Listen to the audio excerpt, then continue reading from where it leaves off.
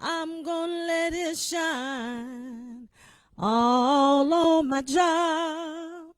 I'm gonna let it shine, let it shine, let it shine, let it shine. At this event today, I'm gonna let it shine. Oh, at this event today, I'm gonna let it shine. At this event today, I'm gonna let it shine, let it shine, let it shine, let it shine. Together we can end this violence. I'm gonna let it shine. Oh, together we can end gun violence. I'm gonna let it shine. Together we can end gun violence. I'm gonna let it shine, let it shine, let it shine, let it shine. We wear orange today. I'm gonna let it shine. Oh, we wear orange today. I'm gonna let it shine. We wear orange today. I'm gonna let it shine, let it shine, let it shine, let it shine.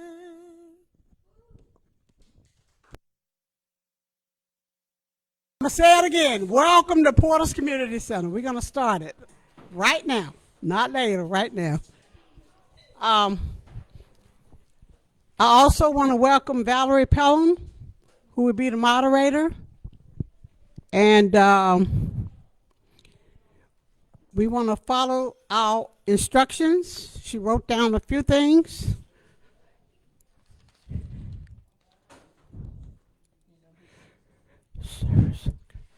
Okay, we don't have the speakers. I wanted to play a video from Marvin Gaye talking about Save Our Children, but we're not able to do that because we don't have a projector. We don't have a lot of things over at the center. So maybe next time we'll be able to show the video or the film. And we had 2 really great films to show, but that's not going to happen.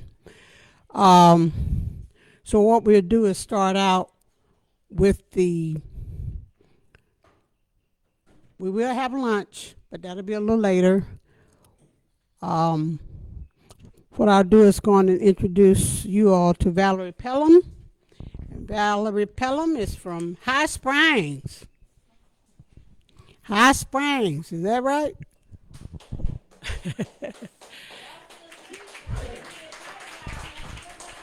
We got High Springs. We got High Springs in the house. So what she's gonna do is introduce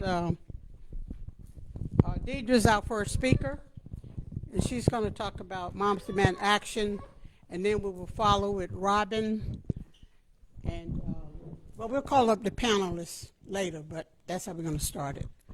And probably I'll stop y'all and say we need another song because songs always inspire me. I'm a little disappointed that we don't have the crowd yet, but we don't have the crowd yet. I said yet, but they're on the way, so they will be here. So, okay. Valerie? Did Valerie disappear? Okay. Okay, you're back? Okay. You know, moms and grandmas never have a break. So she got her grandchildren with her. Oh, and her daughter. Good afternoon. Okay. Testing, 1, 2, 3, testing. Testing. Testing, 1, 2, 3. Testing, 1, 2, 3, testing. I think it is. I'm just, okay. Kind of talk louder. Yeah, but that has to go, yeah, the mic, so on Facebook. Y'all like that? Good afternoon, everyone, and welcome today to Wear Orange. This event today has been hosted by Mama's Club, and myself and my co-host, who is sitting in the back, we are Common Purpose Circle of Alachua. We are from the city of Alachua, which is outside of High Springs. Ms. Faye actually moved me to High Springs, but I'm from the city of Alachua. And, you know, we wear orange today in this event to honor the memory of the lives taken by gun violence and to celebrate survivors. In addition, this community event today, they're offering awareness for what guns have impacted. It aims to create programs and activities to reduce gun violence in the city of Gainesville and throughout the community of the county of Alachua, as well as surrounding areas. You know, coming to events like this is a great way to actually get involved with your local community initiatives to support our youth. We have a few youth here today, but I would have loved to see a lot more youth here, because gun violence is not only dealing with our kids, dealing with adults, dealing with adultery, all sorts of things, but it starts with our kids. And we have to start impacting our kids with teaching them the right way of safety and how to handle guns in itself. So I say today that we take a stand together to fight against gun violence, to help keep our community and our kids safe. So today we wear the shade of orange to help celebrate that. Also, while I'm standing, because I won't be standing before you much today, but I also wanted to let you know that the Common Purpose Circle of Alachua, we will be hosting a back to school gun violence rally in August of this year. So there's dates and times are coming on that. If we can get information from those of you who are here, we would love to have you at our event as well. So with that being said, I would just like for us to give Ms. Faye a round of applause for putting this event on today. Ms. Faye, thank you for all the hard work and dedication that you do, not only for the city of Gainesville, but for this community here in Polders. So what I would like to do at this time is that I would like to welcome up the panelists to come up and have a seat in front of our group.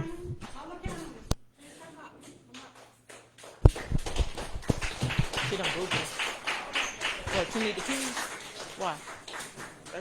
Oh. Watch the cord.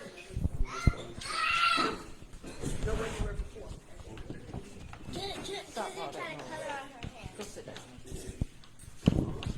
Can I get your little if you can. Stop, Joe. Here, y'all go outside.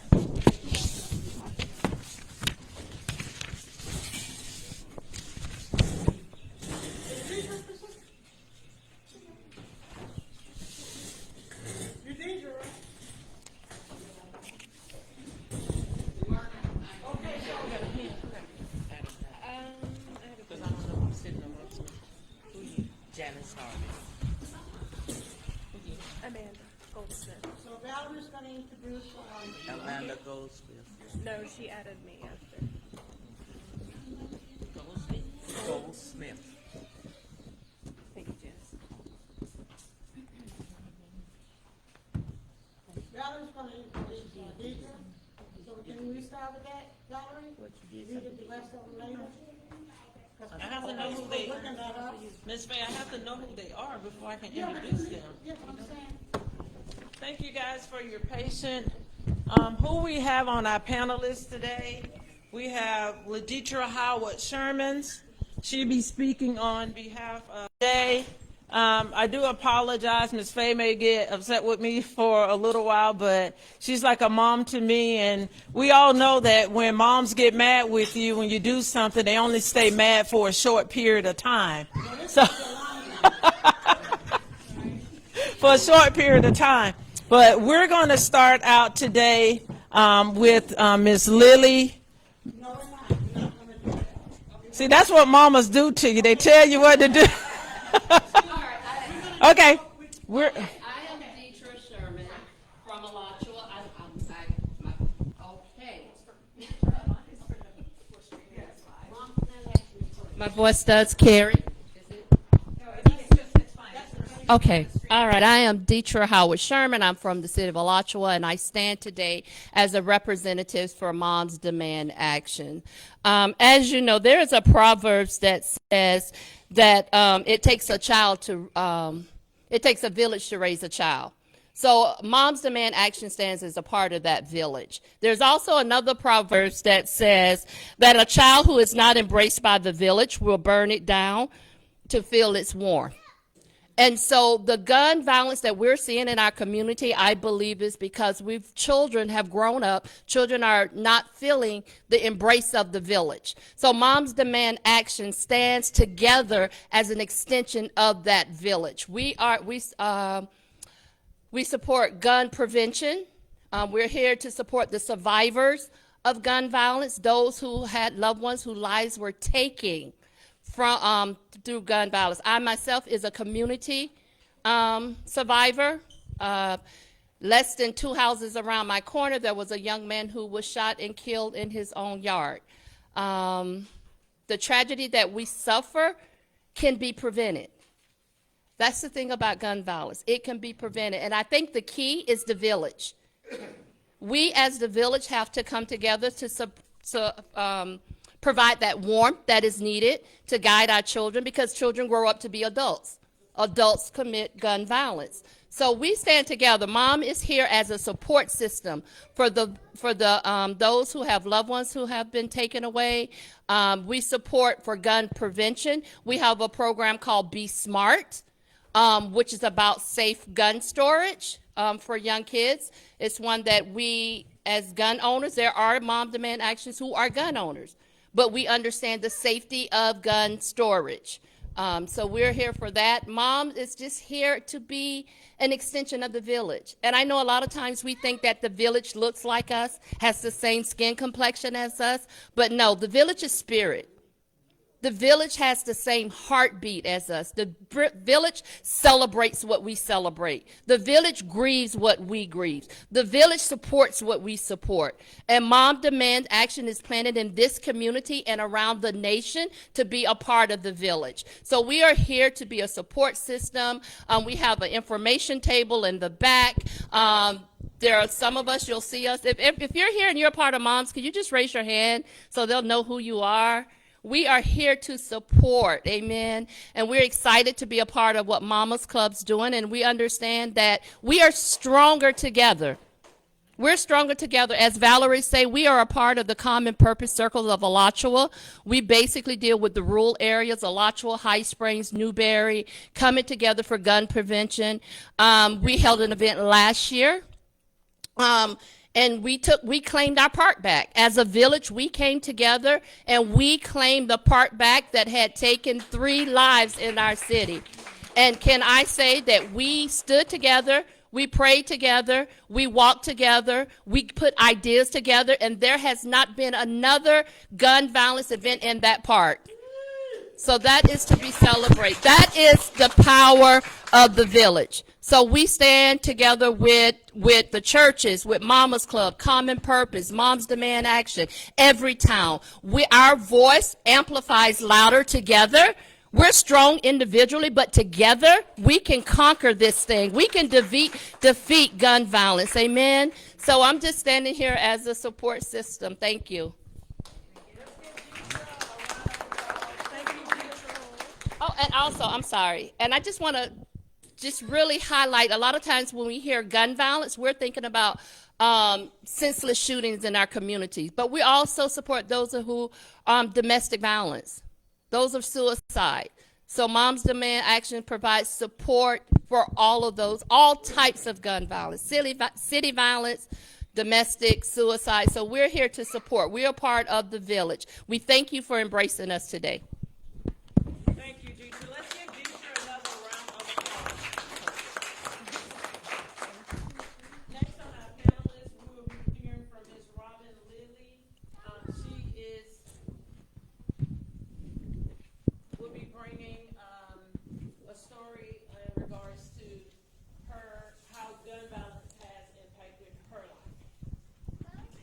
Good afternoon.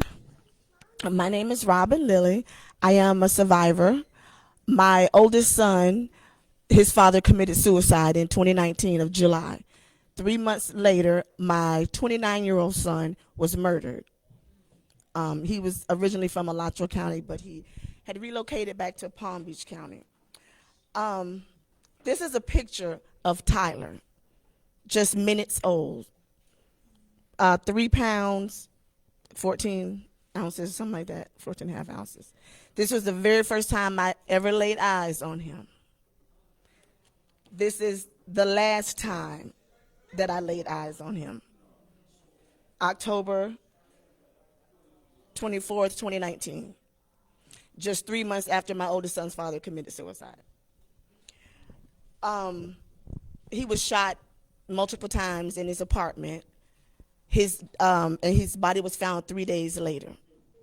As a result of decomposition and all that, I had to cremate him. So I do have his ashes in an urn at my house.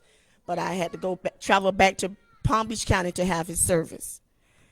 He left behind 3 children, one whom I've never seen. The woman, the girl that he had his last 2 children from is the girl whose brother we know that murdered him.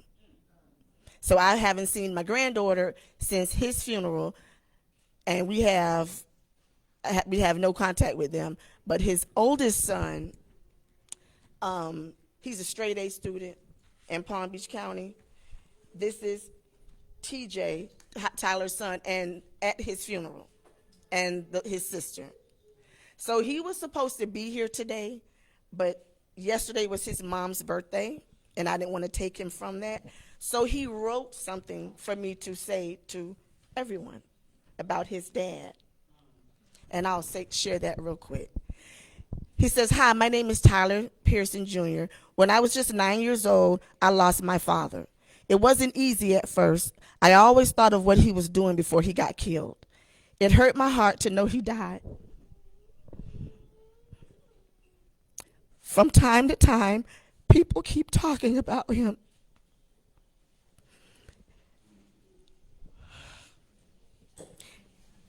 And how he's dead.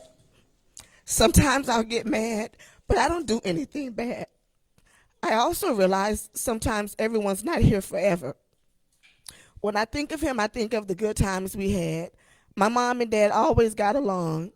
They made good memories and good relationships, and their best creation was me. I never liked going to his house, but when I go, we have really good times. We cherish moments together and have good talks. I play 2 sports, track and football. When I play those sports, I do it for the love of my dad, my mom, and God. I tried my hardest to love my dad. He wasn't a rich guy, but he still tried to do the best for me and my sister. Me and my sister would always have good times with him. I've met a lot of family off his side, and I just want to say he was a great dad. I want everyone to cherish moments with their parents and love them both equally. May y'all have a blessed day."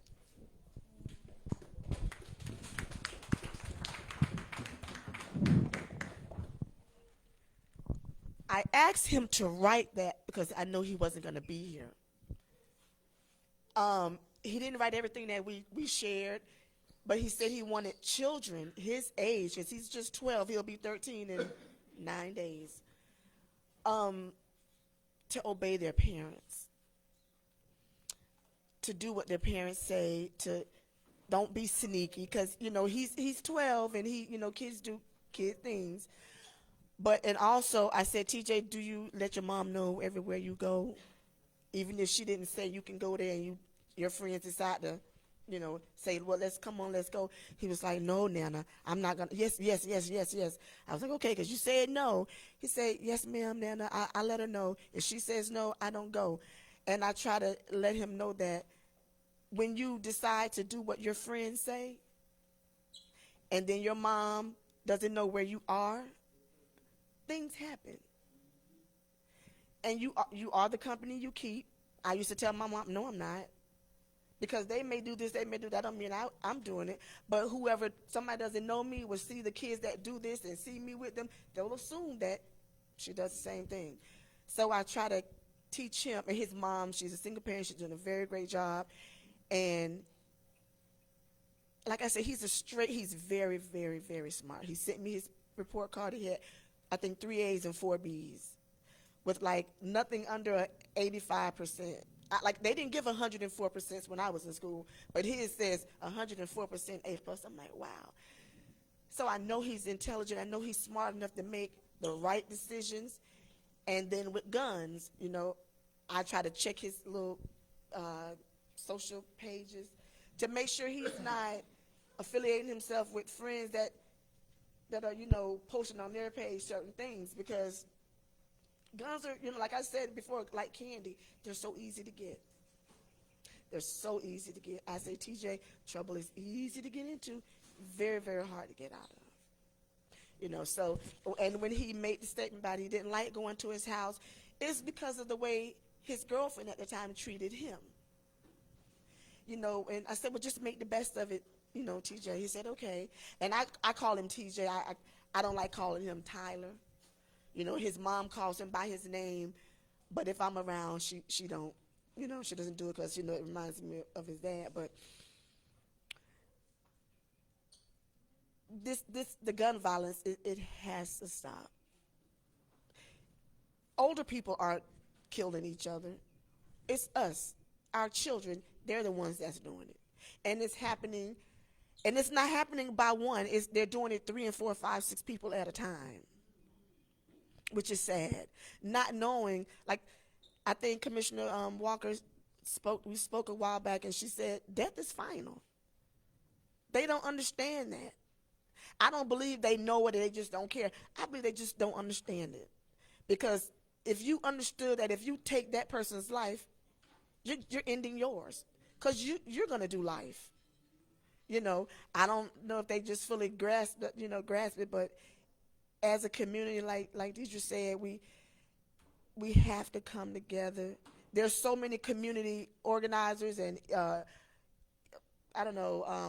so many different programs, you know, and we're all doing the same thing. We just have to get together and get on one accord so we can end it. I said before, like the parents, like my group, Save Our Children, a band of sisters. We have to get together. I don't care if I say, well, did you want to go to the park with the kids next weekend? Let's go watch them. We'll switch. You know, we'll go this weekend. Or you go one weekend. They're going to a house party. Well, Arnett, you go. They're going to be out to the movies. 3 or 4 of us will go. I don't care if they're uncomfortable. Let them be. It's nothing comfortable about burying your sister, your brother, burying your own child. You know, for me, I had to go sing at my oldest son's dad's funeral in Fort Lauderdale, and then I stopped to see Tyler. So that's the last picture we took. And then come home, and 3 months later, going back up there because he was murdered. That's not a good thing. Mentally, I was a wreck. I was a mess. You know, but being involved with Moms and Man Action, getting around other survivors, other people, because with Moms and Man Action, I'm a survivor support lead. So I still have to stay strong to help somebody else. So I'm learning, I'm healing. You know, so like I said before, it's as a community, like she said, it takes a village. I don't know where the village is, but we need to start back knocking on doors and, you know, so we can get our kids, save our children, get our kids back.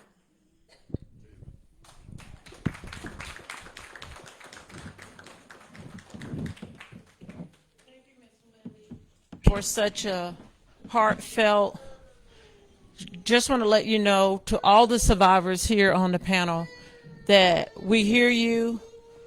We do our best to try to understand what each of you have gone through and still going through. Because as she said, death is final. And you're never going to see that loved one again. So with that being said, we just want to let you know that we here, as well as the community, we love you guys, and we're praying your strength in the Lord, that as time go along, that you guys will still find healing. And we know who's ahead of our life and who we go to when we find ourselves in that low space. So we just want to let you know that we definitely do love you guys, and we are so sorry for the loss that each of you have endured or the violence that has come with the gun violence in your lives. So thank you so much.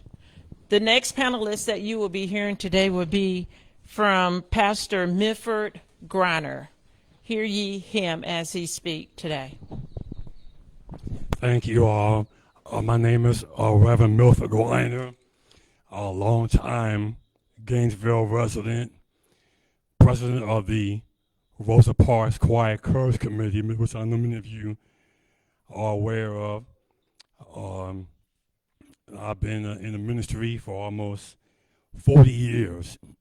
I'm also a former law enforcement officer with Santa Fe College Police Department and University Police, but I'm also here because although I lived in Gainesville for 45 years, my hometown is Philadelphia. I was born and raised in West Philadelphia.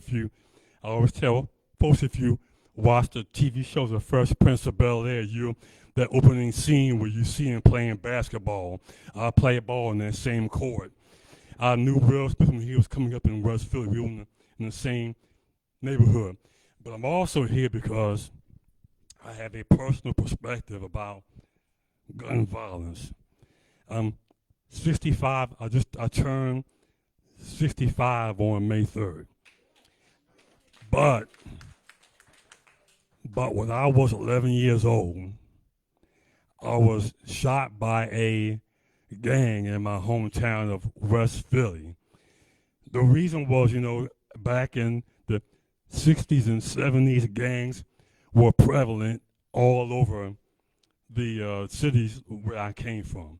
And when gangs like to recruit teenagers or kids when they were young, and so this certain gang asked me to join their gang.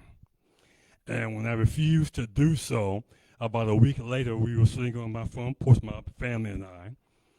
And while we were sitting on the porch, about from here to where that dry erase board is, maybe a little bit further away, it was a vacant 3-story building.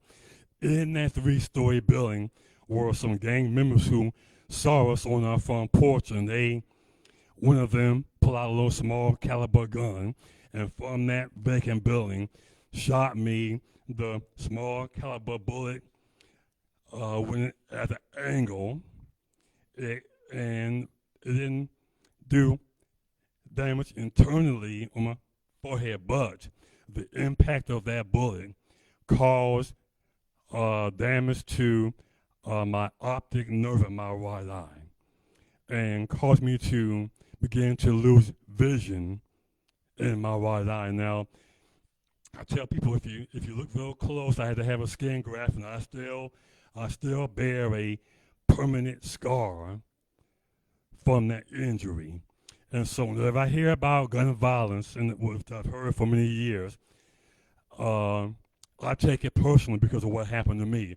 But also, not only that, because I live here in Gainesville, I've seen the other side as a law enforcement officer.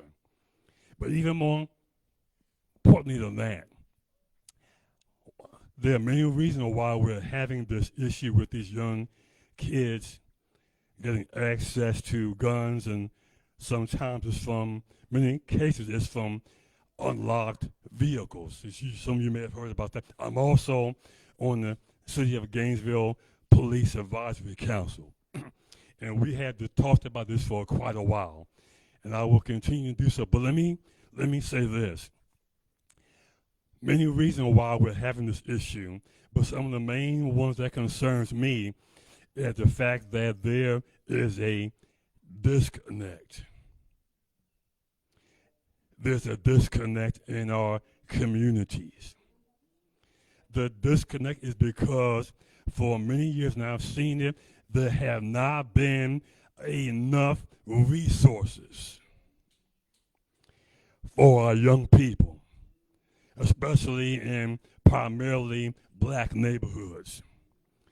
Things for them to do. activities for them to be involved in. So when young people, and I don't have to tell you that when young people don't have anything to do, they're going to drift into things that are not, that are illegal, that are not safe, that are criminal, and they're going to get in with the wrong people. Again, I've seen this on both sides as a pastor and as a former police officer. So one of the things we have to do, and it's going to take all of us to do that, we're going to have to close the gap with that disconnect. And we're going to have to make sure that no matter who we are or what our position is or what office we hold or whatever, we have to make sure that we cover our young people and make sure that they have opportunities to do things that will steer them away from things that will destroy their whole life. The other aspect is that sometimes violent crimes are crimes of passion, meaning you can't predict when someone's going to get mad at someone because someone owes some money for drugs or whatever the case may be, and they're going to get revenge. We have to figure out ways to talk to our young people and tell them, yes, you may be mad because somebody owes you money. You may be mad because someone dissed you or your girlfriend or your mother, your father, but hate is not the answer. And revenge is not the answer. The answer is to before you decide to put a gun in your hand, because once the trigger is pulled, there's no going back. And who has to do that? We have to do that. Who has to be responsible? It doesn't even have to be our children or our grandchildren, but we all have a stake in the future of the young people of our community. I have grandchildren and great-grandchildren, and I also want to say this. We Rosa Parks said once, you cannot walk in fear if you want to make a change. So I wear this hat. It says faith over fear. She believed in young people. And so we cannot be afraid to say something. We cannot be afraid to do something. Because our children's lives are at stake. As a pastor, I've been and conducted too many homegoings and have been at too many homegoings where I'm thinking to myself, this did not have to be. And we all have to be involved. Just a few weeks ago, I live over in an area called Carroll Estates, a block over from Pastor's Church on 15th Street. And one day my wife and I were eating supper, and we heard shots, and I went to the backyard, and I could see there was a shooting right on 15th Street, which is right near my backyard. A car drove up. A young man saw the car, and he was running to get back into his house. He was shot in the leg, and then the car drove off, and I saw it all from my backyard. That's how close I was to that. And the police swarmed the area. See, sometimes we're not concerned unless it hits close to home. But whether it hits close to home or not, we have to be concerned. And not only talk, but action. And do things like these events, but not only these events, but try all we can to reach our young people and tell them guns are not the answer. Being involved in some so-called gang. Hey, some of these young people, I can listen. If they listen to me, I can tell them about gangs. Not these little groups. I can tell them about gangs. I lived it as a boy in Philly. victim of a gang. So my final thing I wanted to say before I stop is that these events like what's going on now is great. That's why I'm here. Many reasons, but it can never stop with these things, these events and these gatherings. We have to go into the trenches, take off our fine clothes, go where these young people are, talk to them, and do. Now, some of them not going to listen. We know that. We have to be real. Have to be real about it. But that should not stop us. That must not stop us, and that cannot, because their lives really are in our hands. And if we do nothing,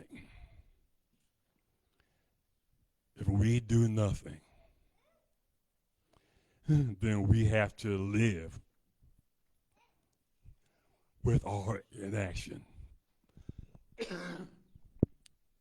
Excuse me. Again, I take this person because I could have been dead at the age of 11. But I know God spared me to be who I am now to talk about this. So we can do something. So we can make a difference. So let's get done. And I applaud Miss Faye. I applaud this group. I don't have anything orange on, but that's all right. I'm wearing orange in my spirit. So let's do something and let's make a difference. Thank you.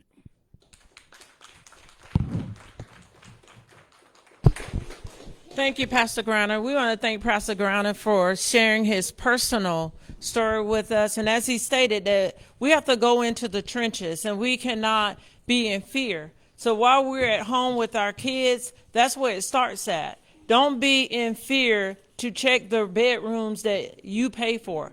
Don't be in fear to go in the book bag that you paid for to make sure that your kids don't have a gun. Make sure that we are spending enough time with our kids to know when they're hanging around the wrong people. So, Pastor Griner, we want to thank you for sharing your story as well. At this time, this also is a panel of discussion, and we're getting ready to have lunch. But before we have lunch, I just want to ask the audience, is there anyone out there that has any questions for the first three panelists at this?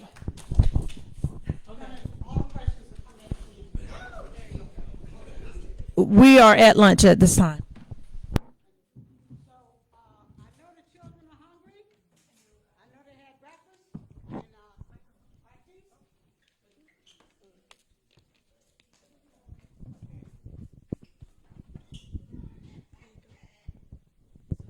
And I want to thank all the panelists so far. And Pastor Griner, I hope you're going to be around because I really want you to, do that speech. You gonna be around? You're not gonna leave us, are you? Okay. He did a speech over at the church, and I fell in love with it. So he got something for us. But now's the time to do lunch, okay? And then we'll come back to Amanda and to Janice, okay? So we got the food back here and water. So serve yourself. If you need to go to the bathroom and wash up, it's right here. And we'll be back in 5 minutes. Just get your plate, come back, and we'll start. Thank you. I hope everyone has enjoyed their lunch. Welcome back to the We're Orange here at Porter's Community Center, where we're going to start back with our panel discussion. And our very next panelist would be Miss Amanda Goldsmith. Hear ye her as she talks about her endurance with gun violence.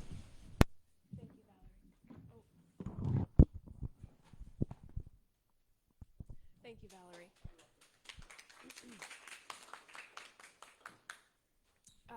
My name is Amanda Goldsmith. I am a public health researcher and consultant, and I'm a student of evidence-based policy making.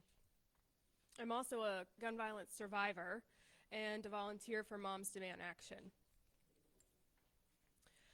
I recently celebrated the 23rd anniversary of the day I flatlined in the emergency room from a gunshot wound that sliced through my core.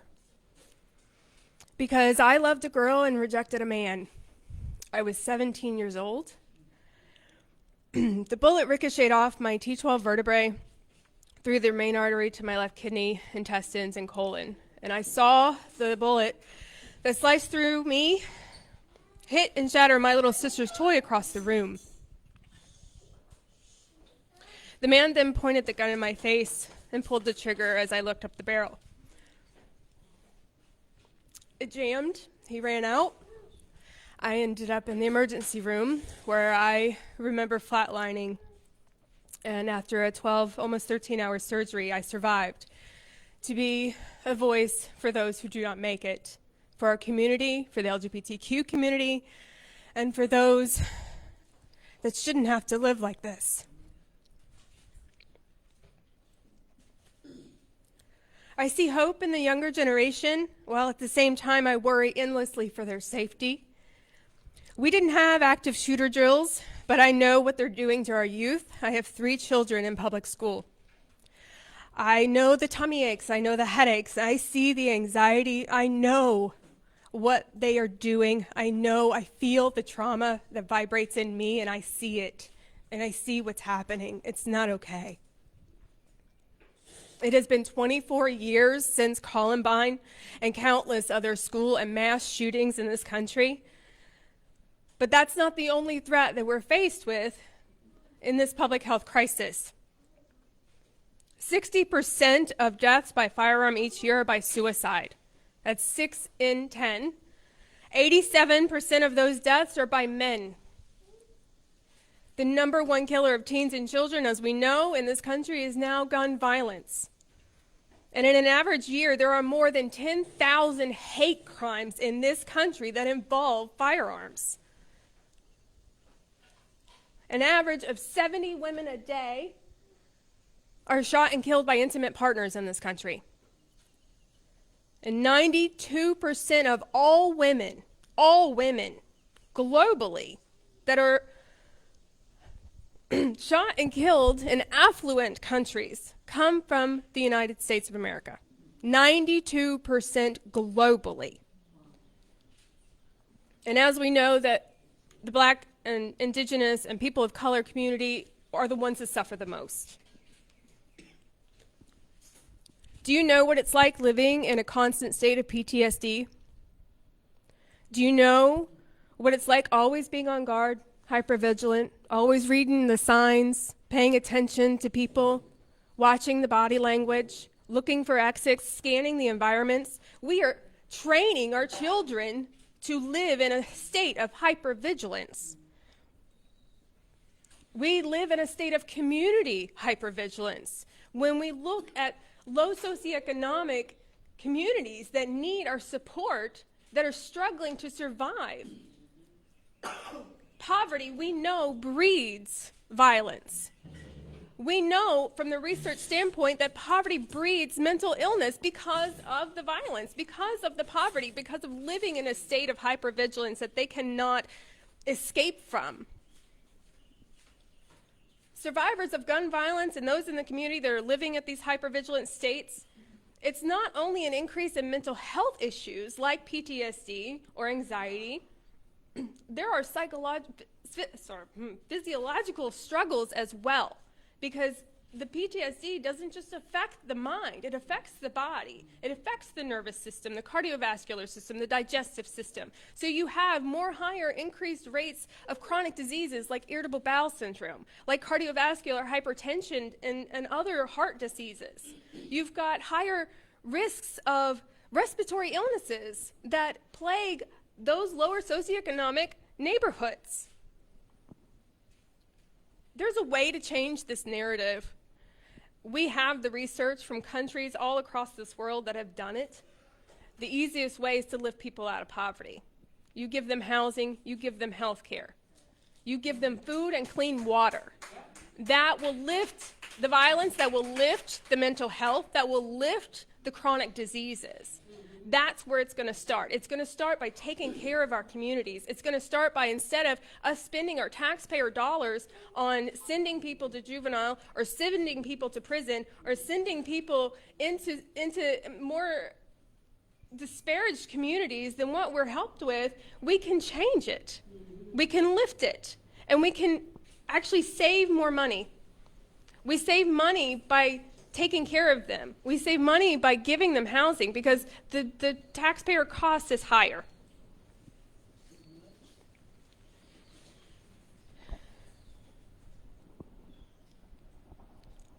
Sorry, I have to pause sometimes. We're learning.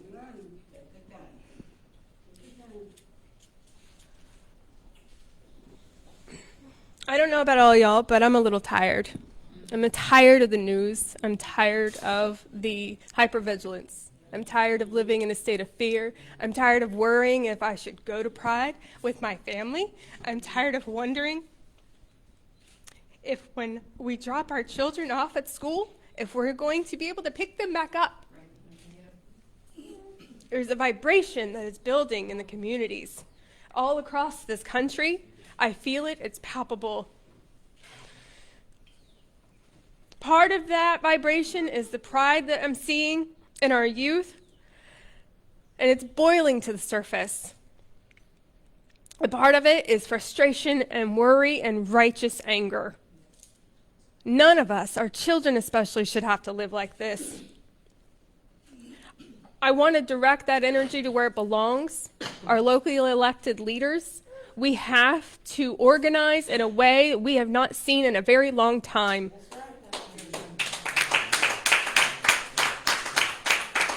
We have to make sure that every eligible voter is registered properly before it is time to vote, so there is no ifs and buts about it. They cannot question it.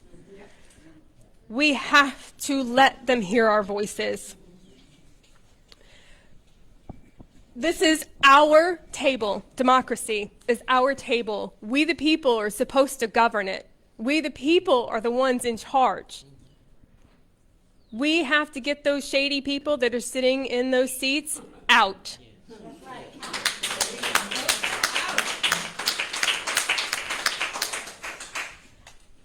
In 1967, Governor Askew put forth the Sunshine Amendment. That's why Florida's known as the Sunshine State with their laws. But lately, the sun's not shining in Florida. Due to some very corrupt people with some very nefarious agendas sitting in some very public seats using taxpayer funds for things that should not be allowed. And he needs to be called out on it. They need to be called out on it. Our locally elected senators need to be called out on it. They need to know what they're voting for. They need to know what's actually happening instead of going and playing golf or whatever they're doing on their buddy social hour. With that, I'm just gonna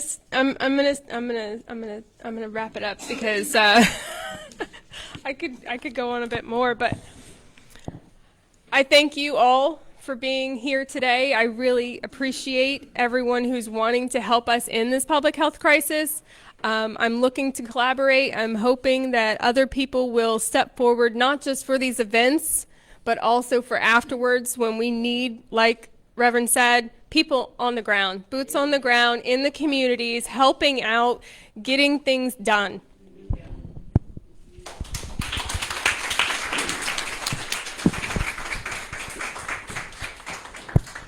Thank you, Amanda. The very next person on our agenda would be Ms. Janice Harvey. Yes, hello. My name is Janice Harvey, and I'm a survivor. I was shot 5 times by my ex-husband in 1984. From that gunshot attack, I've had numerous internal problems. Okay, I'm sorry.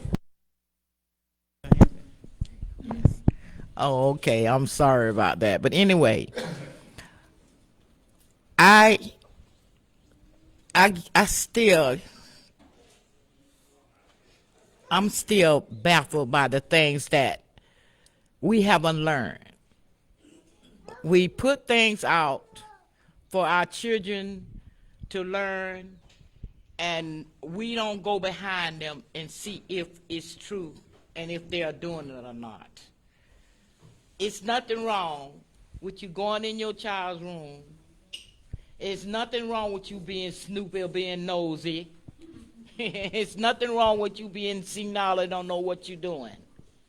As long as we keep them on the right track. Somehow, through the years, we have let our children slip out of our hands into the hands of someone else. Nobody, and take it from me, nobody controls your children more than you. Nobody.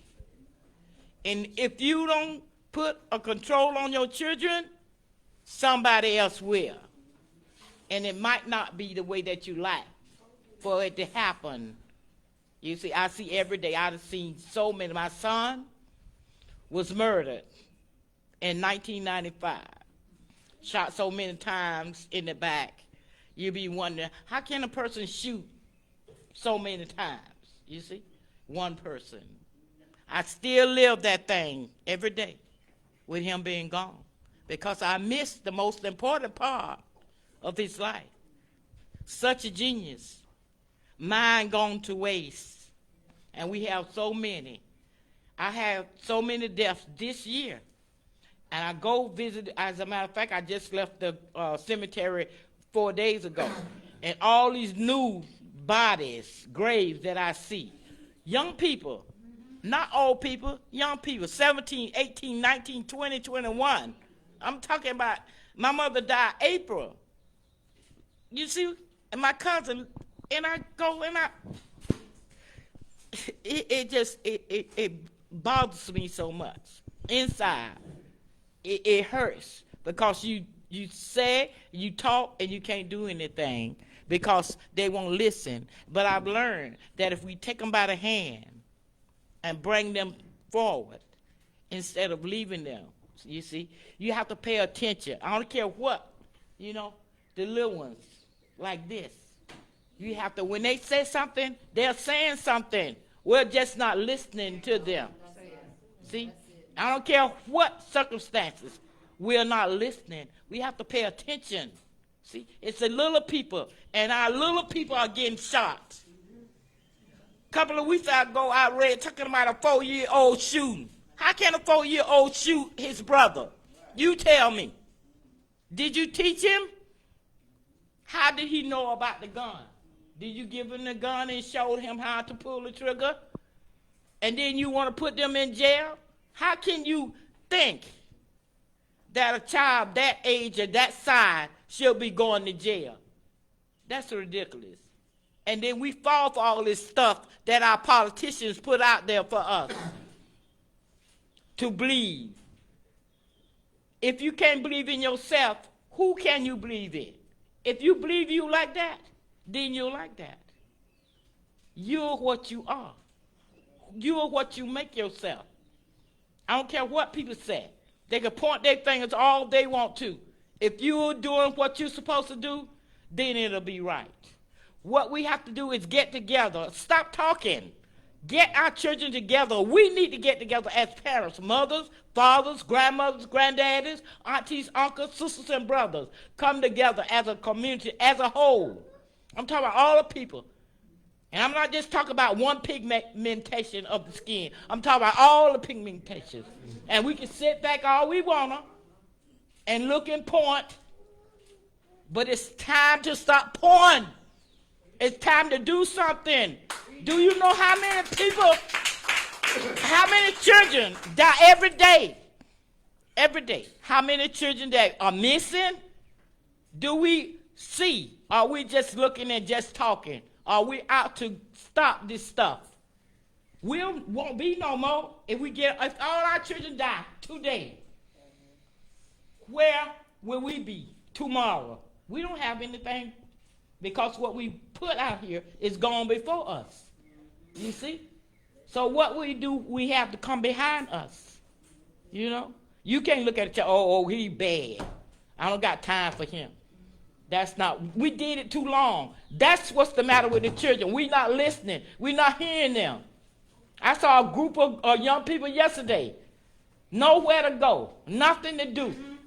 Nothing to do. No, can't even come to this center. This one right here. And this is a community center for the community, for the children. They can't even come here. Where you think they went? Where did you think I saw them at? Going to Walmart.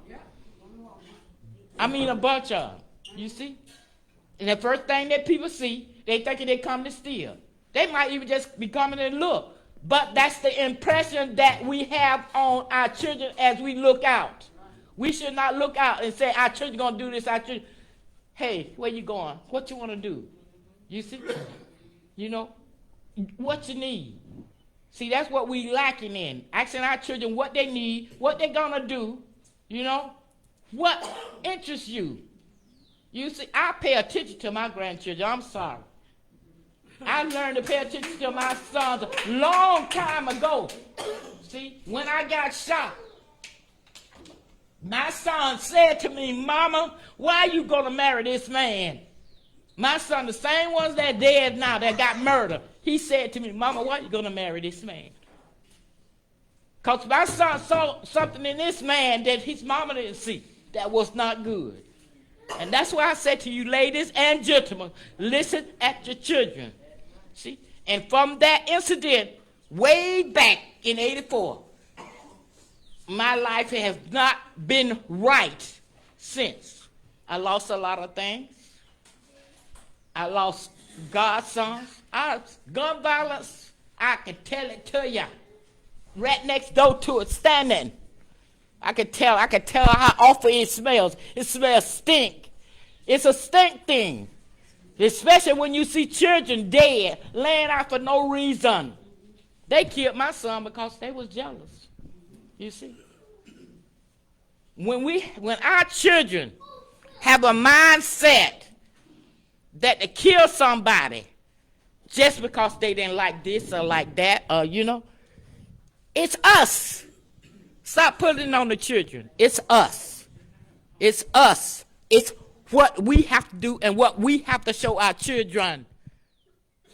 I'm telling you, I talk to these young people all the time, and like you said, Pastor Grainer, that we got to take off our clothes, these pretty clothes, and these suits, and come from behind these desks, because if we don't, they're going to pull us from behind it. They're going to pull us behind them desks. These children are tired. I'm talking about these young people, 17, 18, 19, 20, 24, they tired.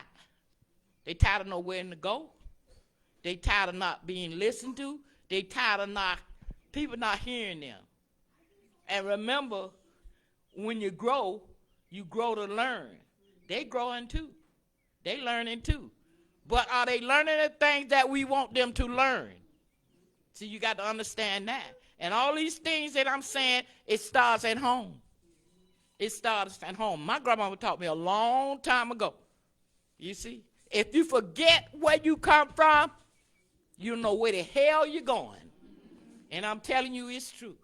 I'm through. Because sometimes I start talking and I will stop. I'm through. Oh, God. Thank you.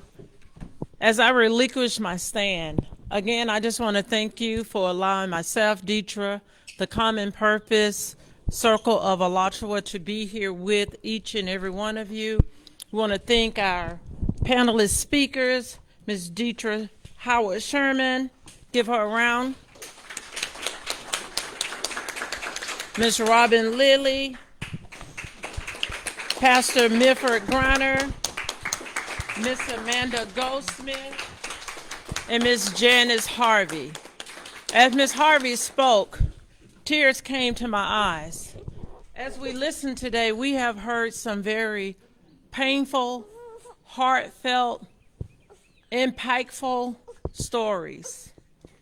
And we all wear orange today, as mine say, you know, about gun violence. It starts with us. It starts at home. It starts in buildings like this. It starts with people like the Mama's Club. It starts with Moms Demand Action. It starts with each and every one of us to make a difference. And we have to do something. As Amanda said, we are the voters. We vote people into positions. But the way that we vote them out, the people who don't go and vote, we got to get them to go and vote. We got to get people who are not registered, educate them, and get them down to the polls. We got to tell them why they're voting for this individual, why this person is the right person to be in this position. So with that being said, I thank you. I thank Ms. Faye Williams for allowing me to do this today. But at this time, I'm going to bring Ms. Faye up. I'm going to allow her to finish the panelists with asking questions. And Ms. Faye, if you would come at this time. While she's not coming, let me just thank the co-hosts. We had co-hosts Save Our Children. Are they here today? Wow. Okay. Well, I don't. Listen, ain't on my paper. Ms. Robin, thank you. And M.A.M.A Demand Action. Thank you all for being the co-host. And Ms. Faye Williams is the host for Mama's Club. Being that she's not coming to take the mic at this time, we're going to open the floor up. You cannot get this mic at this time. We're going to open the floor up for any questions that you may have for the panelists. I do see Ms. Tina Certain out there. Definitely want to give her the opportunity to say a word or two. But if we have anyone that has any questions for our panelists, I will be happy to bring the mic to you, or you can come up and ask the questions. She's going to do it anyway. Here she goes. So we want to recognize her before she leaves. This is Jody Palmer, and I messed up your name again. Jody Palmer, come up here, say a few words. She helped us to get the food, and I want to recognize the Sierra Club. Thank you. Thank you so much, Ms. Faye. Hello. Hello, everyone, everywhere. Thank you so much for including us. Sierra Club follows the community's lead, and community violence and gun violence affect all of us, and it is also an environmental justice issue. I'm here to show our solidarity and to offer support in whatever ways we can.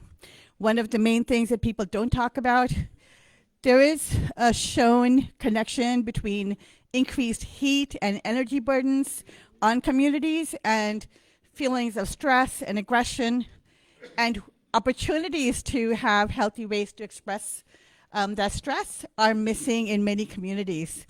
And we're here to work with the community here and with anybody else working on gun violence and just generally emotional mental health, not emotional so much. It is a physical, physiological impact of increased heat. So we have programs that we would love to be able to partner with you on. We do outings which connect youth with the nature, and it is a great way, a great way to connect and relax and escape and have just a wonderful, fun time outdoors. And, you know, nature is what we're all about, and we hope that you will all connect and reach out to me and reach out to the Sierra Club of Florida or to the Sewanee St. John's group, and we'll set up some programs. And hopefully, Ms. Faye, Porter's Quarters, we would love to partner with you. Thank you.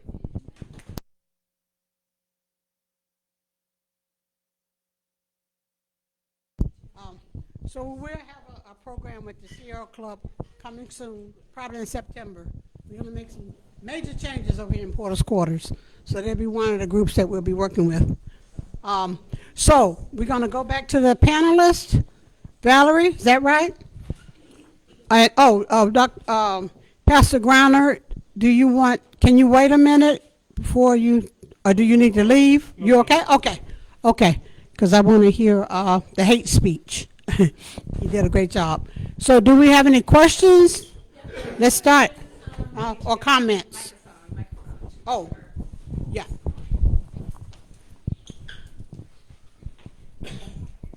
Or you have to bring the microphone to the audience. Or they have one up here. Okay. Whoever wants to answer, just pass it. Okay.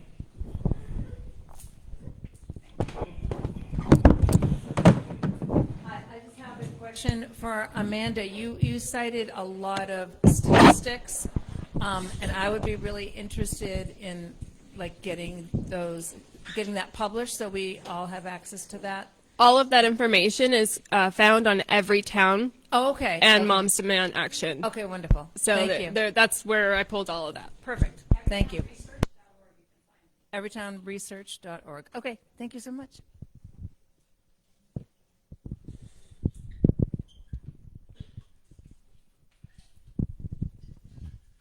Thank you. My name is Tina Surton, and I'm a member of the Alachua County School Board. And I just want to stand and bring to your attention that the school district supports the secure storage of firearms and all that Mom's Demand stands for. We have issued a proclamation, as well as the district put together a video with law enforcement on educating our public about and parents about safe storage and secure storage of firearms as well as ammunition. And I'll share we need to push that out again. It just in this school year, probably about maybe 3-4 weeks ago, we had a student at Meadowbrook bought a gun to school in a backpack. She got it out of the car, the backpack out of the car, and an adult had put the gun in her backpack and didn't realize it. And so we really need to educate the public, remind them, just kind of keep this video out there in front of people so that they'll know it's summertime now, and that they don't get lax about leaving weapons and around unlocked, unsecured, where young people can get their hands on them. And so I stood just to share that with you guys. And so if you have, I know Marty has the link to the video still. Do you still have the link? We'll likely send it out in the fall. I'll ask Jackie if we can get it out again now, but I just think maybe just us, if we could share it on all of your social media platforms as well as via email. The link can be shared via email and via text, just so that we can keep that at the forefront of everybody's mind, since school is out now and the students may be home spending more time and plundering around in the house. If you own a firearm, please lock it up. Lock up the ammunition all the time. Don't just think, oh, I'm leaving it here and I can come back and nobody will find it. Yes. Thank you. I'm not gonna appear on camera here. I just want to shout out give a shout out to Tina Surton and the school district for doing the right thing. They made a beautiful video, a wonderful video, and I'm sure that it will save lives. And I just am so grateful. We are so grateful. Thank you, Ms. Tina Surton. Do we have any other questions? Any other questions from the audience at this time? If you would come, I think I can make it to you. I'm sure I'm probably naive, and I don't know who to address this to, but do we have a gang problem in Gainesville?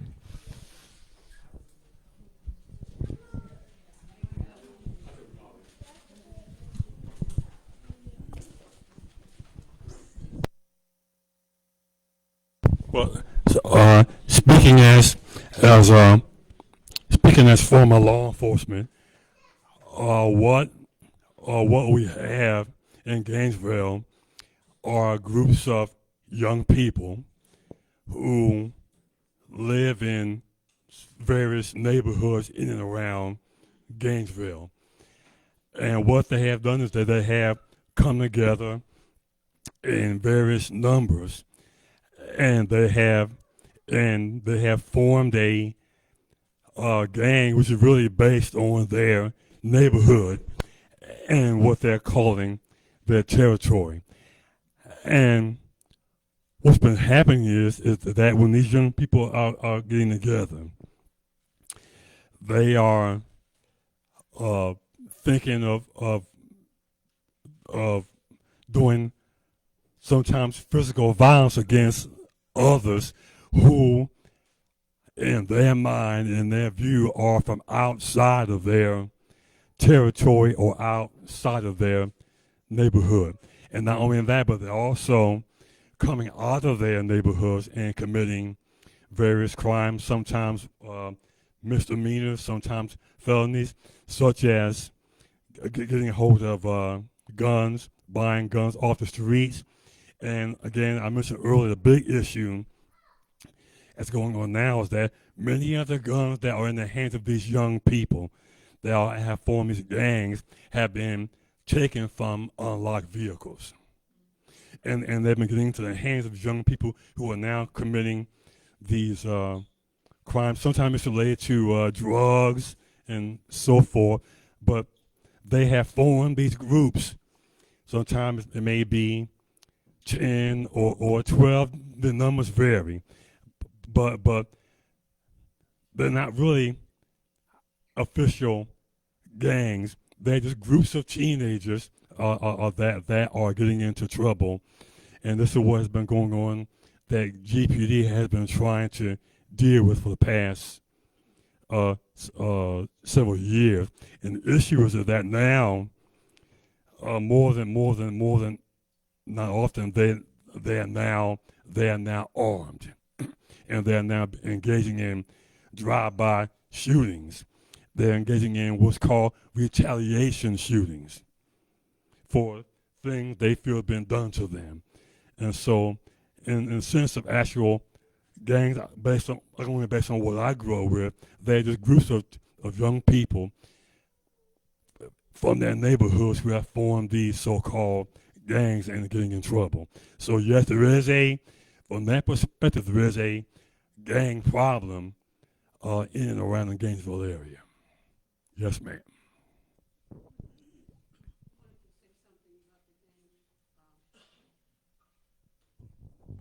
Was your comment about what we were just talking about with the gangs? You have another question? Okay. Okay, go ahead. Okay, my name is Andre Abrams. I live in Gainesville. Of course, I've been up here for several years. I know several of you I've seen around before. What I want to say is that we have to start with the fathers. I am a father of 8, so I know what it's like. And I did, I've tried to do everything I possibly can. It takes 2. There's a wife in the home too. Okay, but I've had my issues, and I got myself in those issues, so I had to get myself out. Thank God for that, for helping me. But this is what I want to say. Okay, start with the fathers. The fathers, whether he's in the house or not, pay some attention to your children. But on the note about the Gainesville Police Department, the Gainesville Police Department is a part of the problem. I was involved in a situation about a year or so ago. I asked the Gainesville Police Department for help several years ago. And I remember coming downtown to your office, and I met you. I asked, can I speak with you? But you were busy. You were working. I understand that. Yes, sir. So in the meantime, I've been collecting evidence, video, emails of the sort. The Gainesville Police Department is not who they pretend to be. The Gainesville, and I'm not being racist, but if you can remember, the Gainesville student murders, they had to be forced, really, to look into that. Several white kids were killed, no blacks. This was not a gang type thing. On the east side of Gainesville was where I was living. I asked for help. Okay, I don't fear the gangs, I don't fear the police, but I try to do the right thing. Shortly, you always see videos, you will see copies of emails, you will see where the Gainesville Police Department, along with the parents, have let the kids down. They let the kids down, they let the grown-ups down. You will see and you will hear racist comments on video. You will see these things, and I will show them to you. This is going through the legal system right now. But I came here because I was hoping you'd be here, because I hope that you remember me coming downtown in your office. Oh, man. Yes, sir. At the same time, I was doing my own collecting evidence. And the Gainesville Police Department, God is my witness. You will see with your own eyes and you hear with your own ears. Now there was a murder. There was some murders downtown. Okay, that's where the money is at. Okay, so they got to get on top of that. As long as the shootings were happening on the east side of town, it's more for practice. They have a person that comes out there and will tag the body so you can practice. They practice on their murder investigation. But when the white girl got killed downtown, just earlier part of the year, now it's a gang violence problem. But as long as we were talking about this on the east side of town, it's okay. But now it's heading downtown, University of Florida, then Butler Plaza. So it was contained over there. Okay, it was okay. Gang violence, murders when I first moved over there. A young rapper got killed. That store on 8th Avenue, murder, death, no problem. But now that someone else is getting killed, it's an issue. Okay, but as long as we was pleading, begging for help, and like I said, I'm gonna have video and the sort to go along to back me up. Because when I stand out there in front of the Gainesville Police Department and I protest, I can back up everything I say with proof. And it's coming. And you talking about that, well, we want to vote them, they're gonna be gone. And it's gonna go back to Tony Jones, to be your friend, don't bother me none. He didn't help me. Okay, Lonnie Scott, not my friend. He could have been my friend. Didn't help me or my family. Okay, so I have to spend thousands of dollars for a defense attorney when I shouldn't have to. And you're going to hear, like I said, the comments, how they think about us and what they think about us. You're going to hear it. So just remember, you're going to hear it. They know, but they didn't think about it. I was paying attention. I was paying attention. We're going to go back to 2010. I'm going to bring it all the way up to now. That's all I want to say. Thank you, brother. Yes, thank you. You're not leaving, are you? No, ma'am. Okay. Yeah.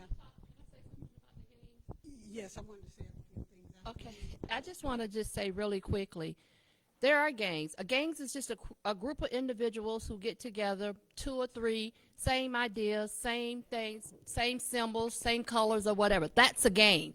The thing about it is that we as a community, we as individuals have to stop seeing these children, these gangs, as troublemakers. They're broken. They're hurt. They have a voice. They feel that just like Moms Demand Action, Mama Club, common purpose of a lot of get together collectively and their voice is stronger. They get together because their voice is stronger. Their cry is stronger. We have to stop seeing them as troublemakers and start listening. I think Miss said it on the end. Start listening to them. They're broken. They're hurt. And that's why I started with the village in the beginning, because in the village growing up, when I didn't get it at home, guess what? There was a person down the street. There was someone to speak life into me. We are losing our individuals because we're seeing them as troublemakers. And if it doesn't affect me, then I'm good. I can go back in my house, close my door, I'm good. But guess what? Gun violence has no boundaries. It's crossing poverty lines. It's economic lines, colors, racial, everything. It has no boundaries.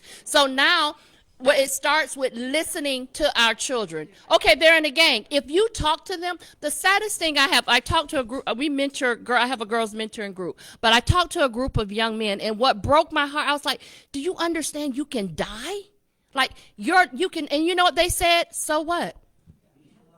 What do I have to live for? They feel, I'm talking 13 and 14-year-olds feel as if, 8-year-olds feel as if they have nothing to live for. That's our problem. We put in the blames. We're asking 8, 7, 8, 9, 10, 15, 18 years old. I had no idea what I wanted to do. I was still making crazy decisions to carry the burdens of the community on their shoulders, and they're doing the best they can because we've dropped the ball.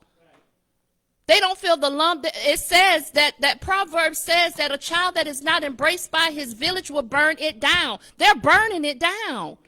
And it's up to us to embrace them. It's up to us to teach them, provide things for them to do. But guess what? You got to have the right to correct someone else's child. If you see my child, correct them. If you see them doing wrong, come back and tell me. And teach them. You don't argue with an adult. There's certain things, but the thing about it is we have to give them a platform and we have to hear them. Because a lot of them are dealing with trauma. And they don't know how to process it. We as adults don't know how to process it. And we're expecting for a 7 or 8 or 9-year-old. So when they get together in their gangs and their brotherhood, they're listening to the voices around them. This is what it takes. This is how I'm dealing with it. They're numb and they're pain the best way they know how. So we have to give them alternatives. We have to give them a platform. We should have had some of them here to hear what they have to say. Their stories will break your hearts. The things that they see, the things that they deal with. And what do we tell them? Get over it. When you see your best friend gunned down in the street, that's trauma. How do you process that? Well, guess what? I'm going to carry this gun so it don't happen to me. I'm going to protect myself. I'm going to get them before they get me. You have to understand their mentality. You have to understand where they're coming from. It's not a community. It's not just the individual east side, north side, west side problem. Let's listen to the children. Let's hear them. Let's embrace them. Let's give other parents the ability to correct them. If you see my child doing wrong, come back and tell me. I'm going to handle that. Let's get real. And let's love them.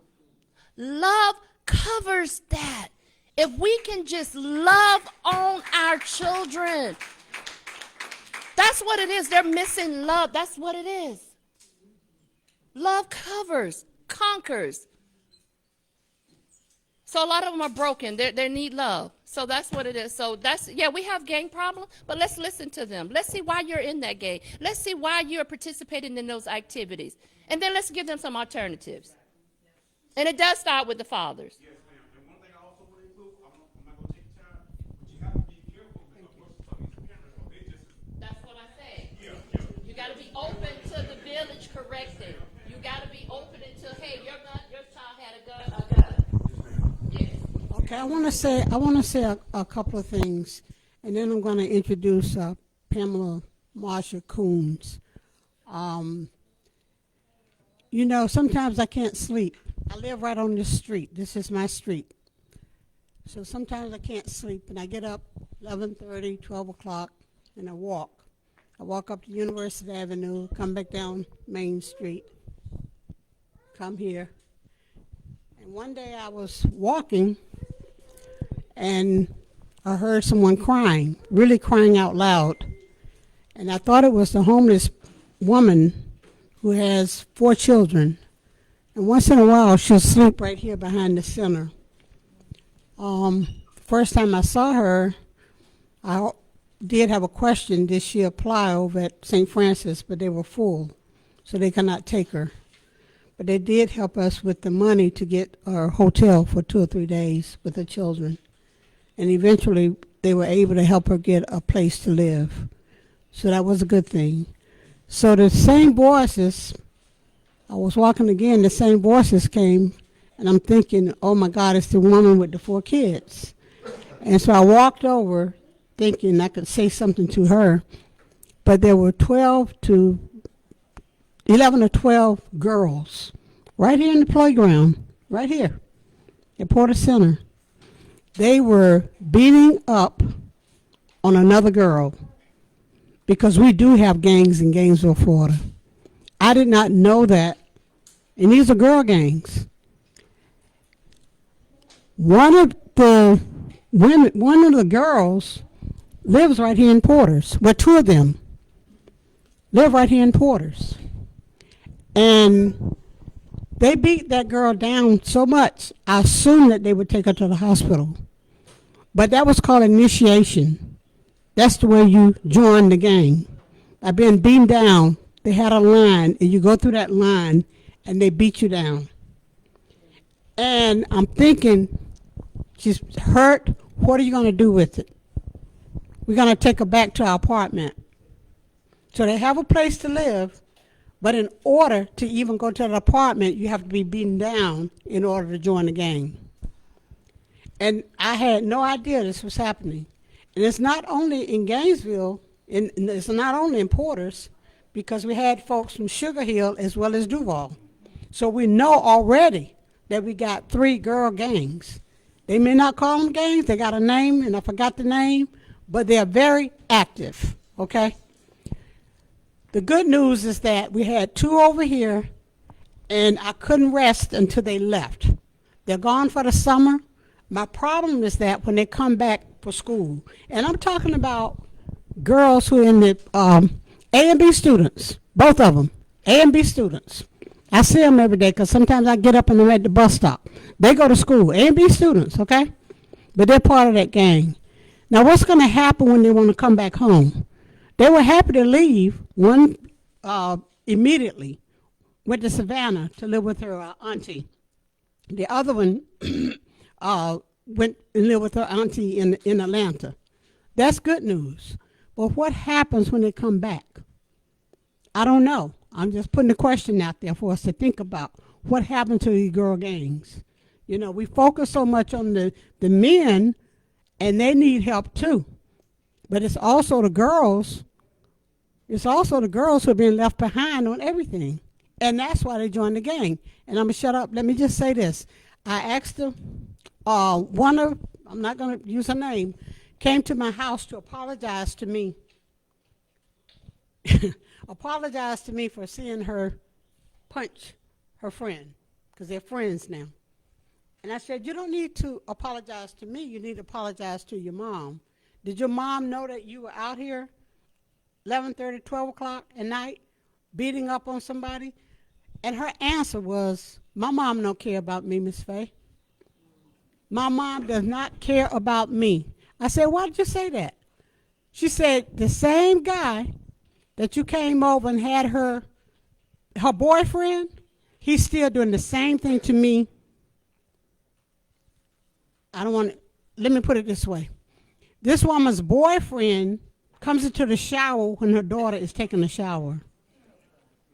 And she's told her mom, but her mom is holding on to the boyfriend instead of holding on to her daughter.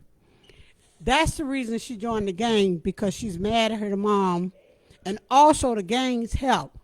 When her mom is short for rent, short for utilities, you go to the gang because they have that kind of money, and that's what they provide to the gangsters, to protect each other. If you don't have school, clothes, they provide clothes for you. So that's the mentality of it, you know, that's why people join the gang. It's not just to be a bad girl, a bad boy.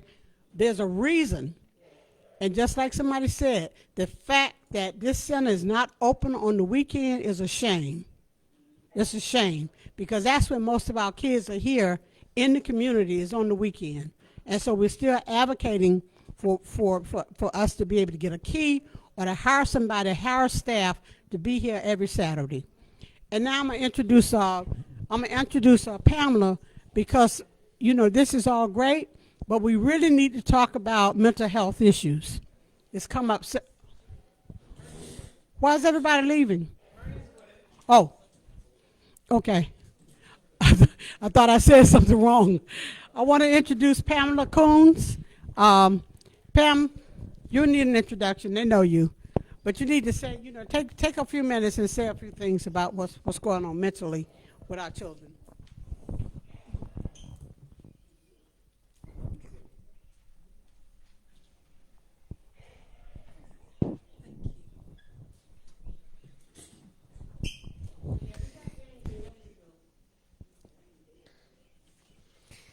Ms. Faye, thank you very much for bringing us all together to have this very frank discussion, to look at what we're facing in our communities today. And as you said, it's happening across the country, and we are still grappling, trying to figure out the why.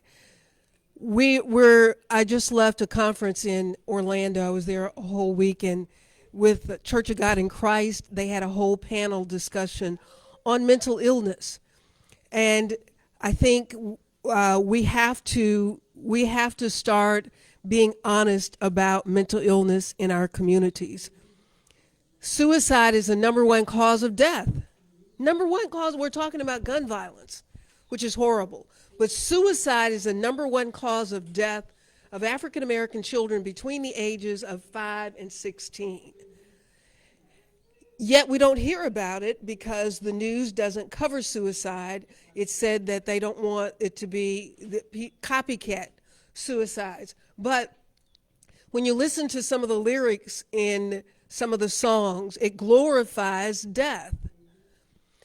When we have children that are eating what's on their plates, what they're consuming, is impacting their brains. Red dye. Think about all of the things that have red dye in it in our community. It's impacting their brain and their neurological system.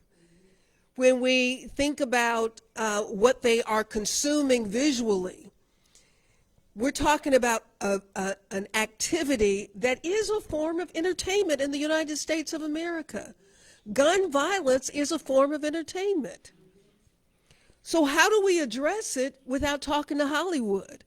How do we address gun violence when we have Maytel, and I don't know who all the video game makers are, but when we have video games that show people how to kill and how to steal cars? I sometimes wonder who's on our side. If we are feeding this, I saw a statistic about the number of murders that our children will see from the time that they're 1 to 18, from video games to movies to just shows on television. So if we're showing them that, then it becomes easy to do. So I don't know what we need to do as far as public policy is concerned as we look at, we are really in a culture that will make you say, who's on the side of humans?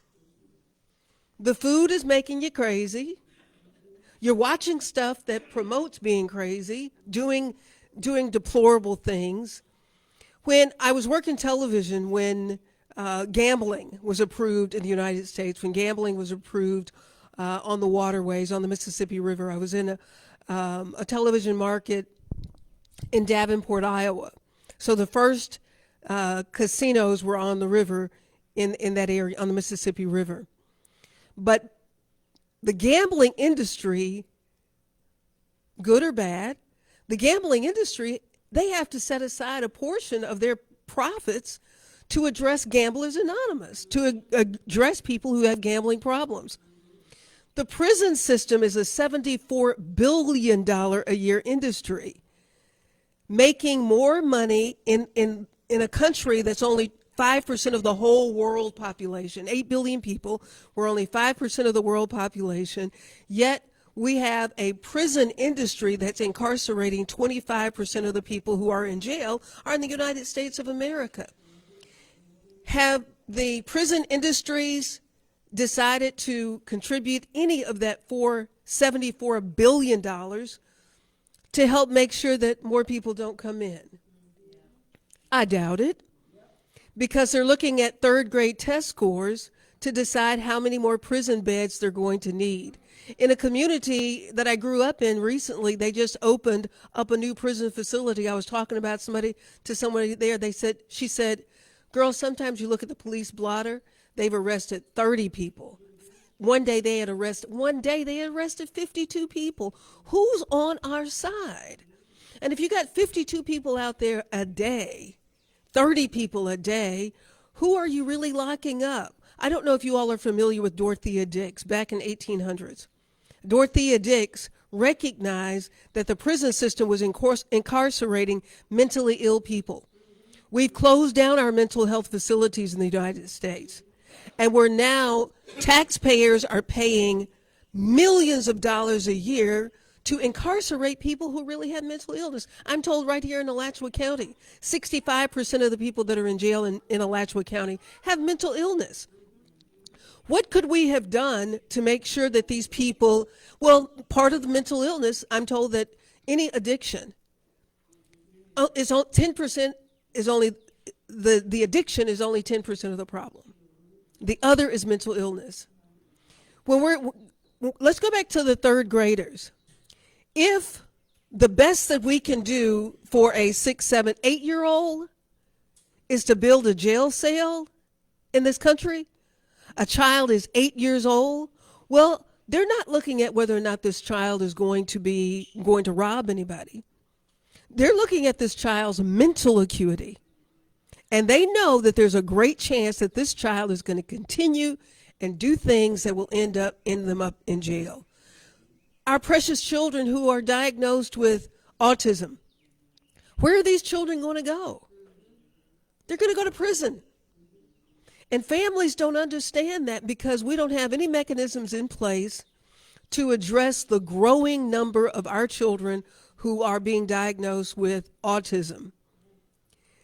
If we are not going to address mental illness in America, If we are not going to be honest about mental illness, from every organization, schools, I was very pleased that the Church of God in Christ had a whole half day on mental health. It's got to start. We talk about what our children learn and don't learn. What is that building supposed to do? Just be there for a few hours a week? What is that building supposed to do? And how do we make that building called the church, the safe haven, a solution? When are we going to start making sure that we are being inclusive? And the numbers are dropping off in church because we're not doing any outreach to be inclusive, to look at solutions, to be honest about the solutions that need to happen. I called the Gainesville Police Department and filed a missing person report on my veteran, my son, that I didn't know where he was. They found him. I told him that he has a mental illness. We have so many inmates in the Alachua County Jail who are veterans that they have a veterans court. And that's not uncommon across the country. When these men and women raise their right hand to serve this country and they come back with mental illness and they end up incarcerated, so many of them are incarcerated that they have veterans court in jail. We failed them. They were protecting our freedom, and we haven't protected we're not protecting them when they come home. They found my son, and then they told me he has a right not to call me. And I said, but he has a mental illness, and I know he's in the streets self-medicating. Well, he was called January 9th. They find him, then they arrest him on January 15th. And he's currently in jail. Well, you know, he's worth more in jail. He is worth more in jail. Do you all understand that? So if we understand that, then what are we really doing and how are we really addressing this to make sure that it stops? The United States of America is only 5% of the world population, and we incarcerate 75% of the people in the world are in jail. It's a $74 billion a year industry. Gross domestic product index is larger than 133 countries. Our prison system. How in the world did a people that this country was divided to keep them working, called a civil war? How is it that these same people have become the poster children for violence and guns? We were worthy of a war in this country. It divided families because we were hard workers. We did have a work ethic when we were working for free. Now that we're free, allegedly, and can get and now the only thing that you can think of when you think about who are the criminals, the image that comes to mind are black people. These are the same people who worked hard to build this country, and now we're building it again, called the prison system. Thank you.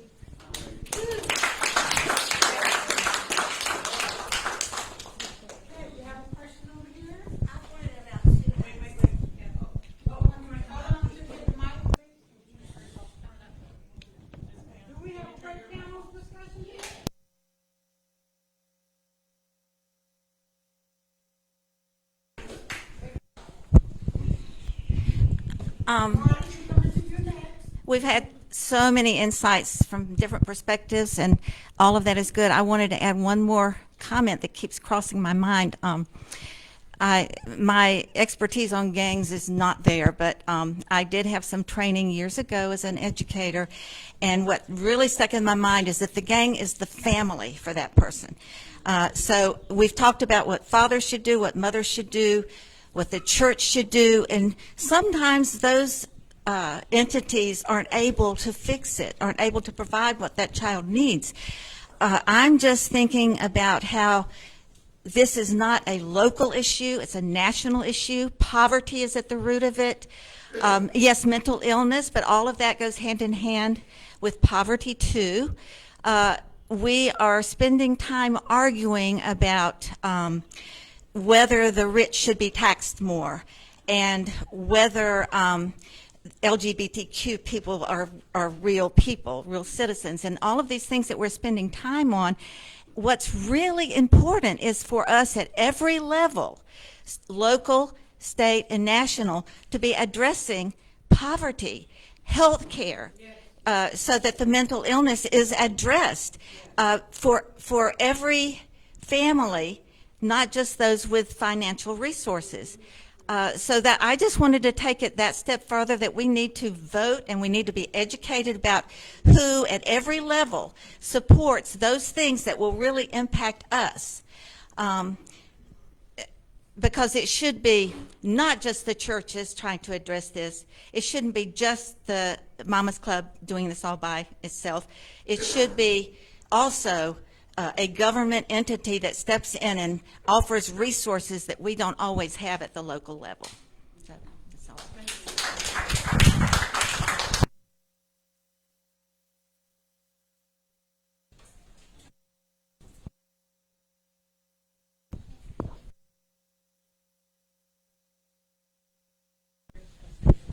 Okay. Native of Porter's Quarters. Native of Porter's Quarters.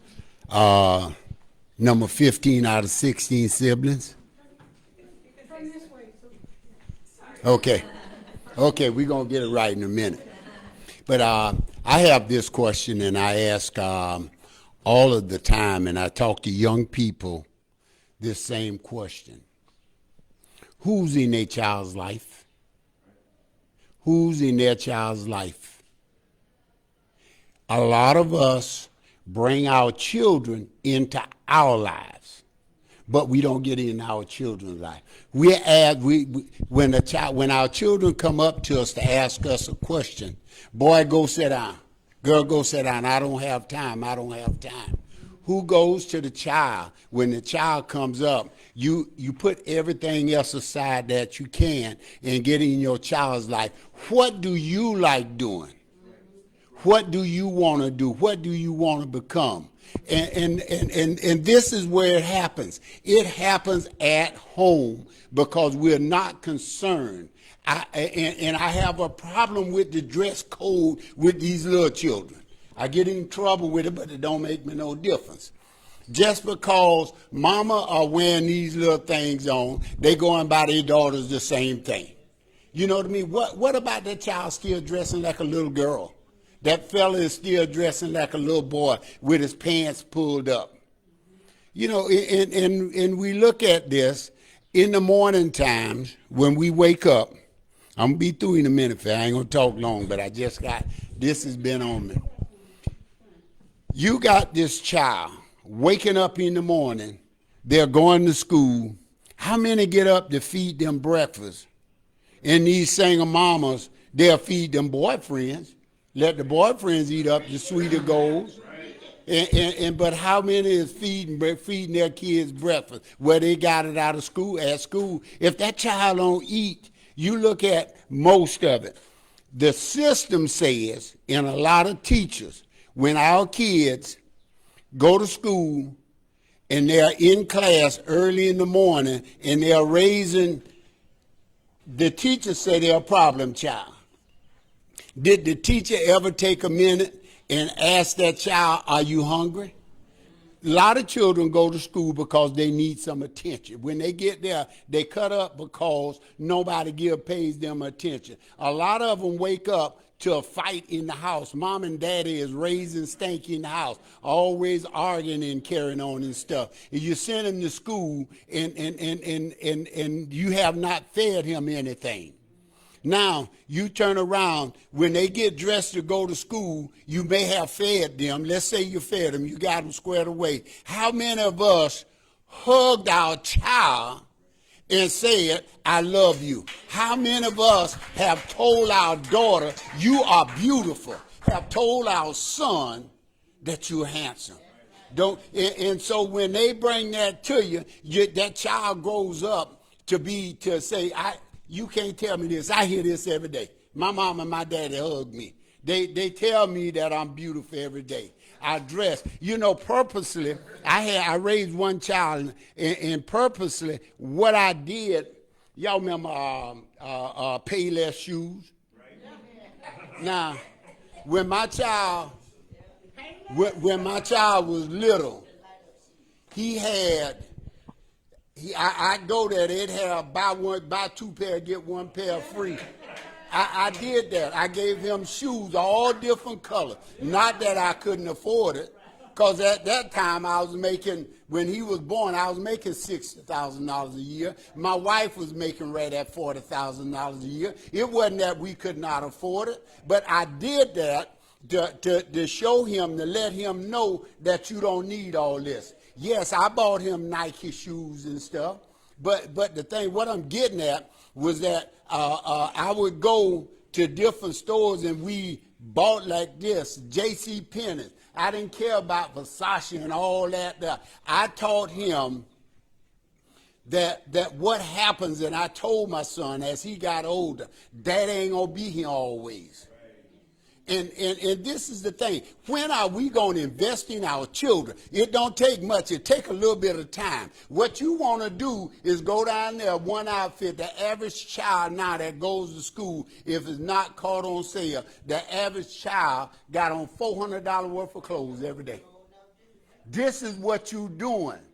But what are you doing for the child to help him out, to love the child? You say you love the child, but if we go back to Scripture, God says, the Bible says, that God chastens whom he loves.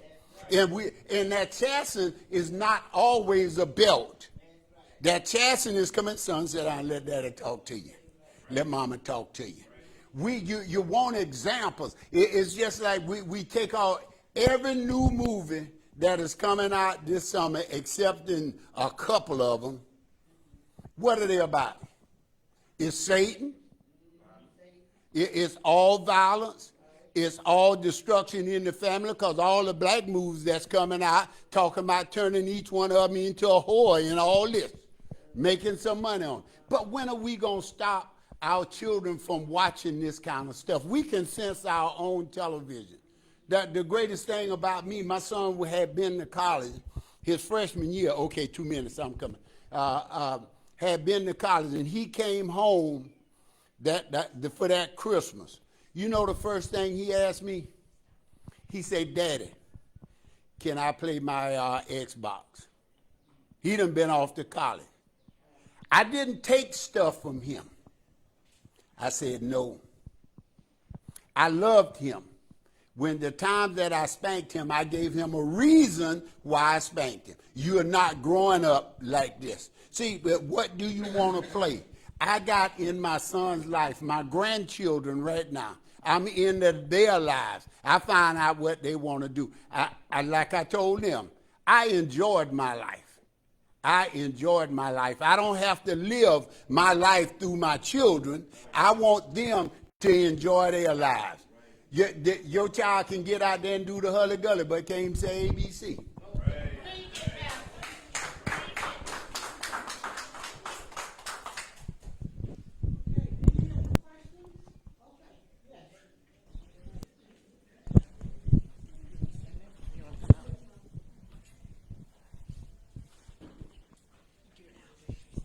Oh, yes. Hello, everyone. Hello, everyone. So first, thank you for hosting this event, Mama's Club, and just having this event. As a young person who has also experienced gun violence throughout my life and different sorts of traumas and things of such, I have dedicated my life to trying to really solve the issue as well and reach out to youth as well, trying to figure out how we can bring the solution to heal from the things that we go through. I'm also a former foster youth, and a lot of youth who are either homeless or have experienced gun violence, they usually go into the system. And so you see a lot of either students who have or youth who have experienced juvenile justice, it's like a cycle. And so now, as a person who has went through trying to go to college to change my life around, now I'm trying to figure out as an artist, how can I help my community through the means of art. And so I come here today to learn, because I don't know everything, but I do want to know how can I mobilize myself to learn so that I can give back to my community. And I just want to be like respectful before I go into someone else's community, because I am originally from Miami, Florida, and I've done witnessed so much like in my face, done been in shootings, done been in different things. And now I want our communities to heal. So I just want to know, now that I'm here as the youth that y'all speak on, that I done been through this, it affects me, it hurts my heart, and I just want to bring like that love to the community. And I just want to know, how can I do this? Like, what exactly do I need to do first?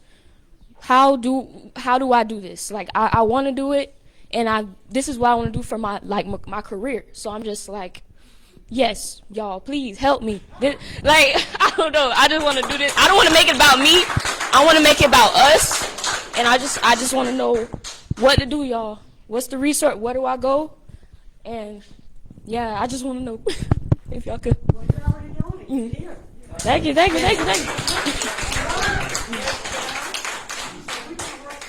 Yes, ma'am. Right there in the center. They Yes, don't ma'am. know it, but we're going to get that key. Mm-hmm. We're going to do something right here. Yes, ma'am. So thank you so much for We being gotta here. make sure that we get your information so we can be in touch with you. Yes, ma'am. So that we can feed from you, so you can feed into us what you're hearing from the young community, so we can help feed you. So we're happy that you are actually here today, and before you leave, just make sure that we get your information, so we can help guide you Yes, along the ma'am. way as well. Thank you. I also Thank want to you. say I do work with at-risk youth. I use dance and movement expression as a form of healing. So I do. If you have any youth for free, I will mentor them. If they want to learn how to dance, hip hop, I do hip hop. I do ballet. I do all of that. So if y'all got some kids that want to learn, I'm here. So. Okay. Oh. Do we have any more questions for the panelists? Or any comments?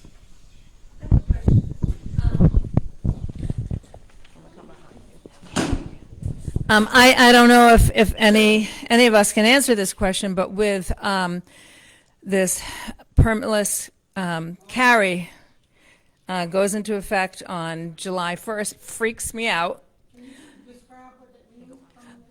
Yeah, well, but from what I understand, and I'm no expert, but from what I understand, that the law that DeSantis has signed allows people to get a firearm without a permit, without training, without they can just walk in and get a gun. Yes, no. Okay, yeah, please correct me. Okay. Sorry. I just want people to. Yeah. Permitless carry is about carrying a gun in public concealed on your body. So Right. It's not about getting the gun. You can have what permitless carry used to do before it was gone. I mean, what permitting, you had to pass a background check, and you had to get training, live fire training, in order to carry a gun on your person. So not to own it necessarily, but to carry it on There's your. supposed to be another background check for owning a gun. However, Supposed to, right? Okay. 25% or something like that of people in Florida don't buy a gun through a licensed gun dealer, so there's no background check. Yeah. So all of those people who are not getting a background check through purchasing their gun are now going to be able to carry the guns on In their person public. legally Concealed. without getting any training or a background check. Right. So I just wanted. Yeah, thank you for clarifying. Yeah. So. Have a gun permit. Right. Without the 30-day wait when you go to buy a weapon, you can pay for it, but it's normally a 30-day wait before you can pick up your weapon. So all that's been canceled. You can go in and purchase it like you do everybody. So did you finish your comment? So my question is, do we have a plan? I mean, what can we do about that? I know, but So how do we fight against that? Register and vote. That's number one. Yeah. Get off, register to vote. Right. Because these are laws that are being passed by those who have been elected to serve our communities.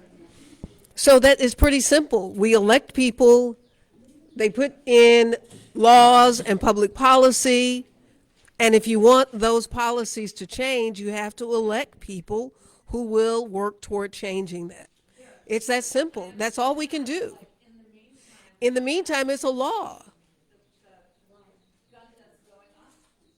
Yeah.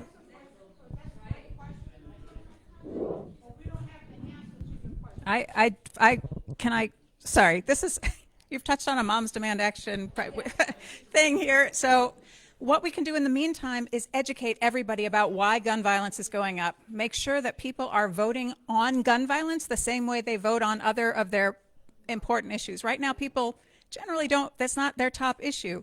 If people start seeing gun violence going up because we passed a really stupid law, that will change how they vote and who they vote for. And we've got an uphill climb with gerrymandering and with all of that, but we really need to be talking about it. We really need to be shouting it to the rooftops. You know, they passed that law 3 days after a mass shooting, which I don't even remember which one because there's so many. No, yes, lately, but. I'm 58 years old. I've never been in prison. I've been in jail. Because, you know, a lot of us have. Me, I have. And I got over that. And I've done the right thing since then. But the only thing is about it is yeah.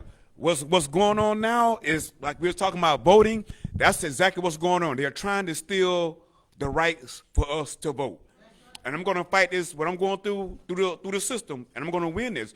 But that's the thing, what's going on now. They're trying to make sure one vote that can be taken, you vote, your right to vote is taken away, and you're in prison. So what do you have left? Okay, and like I said, I'm always going to start with the fathers first. Okay, then it goes from the fathers, of course the mothers, and then it goes to the system. The system is letting us down. Not only are we letting ourselves down, I'm doing my best I can not let my family down. Like I was telling the man yesterday, I put one of my sons to the side and had a good talk with him. Okay, because you're not going to go around any kind of way you want to. Okay, especially if you're under my roof. Now, when you get out, what you learn from home, you take that with you. That's what you're supposed to do. But that's what is going on. It's just trying to steal votes and stuff like that. You know. Okay, we can take 2 more questions.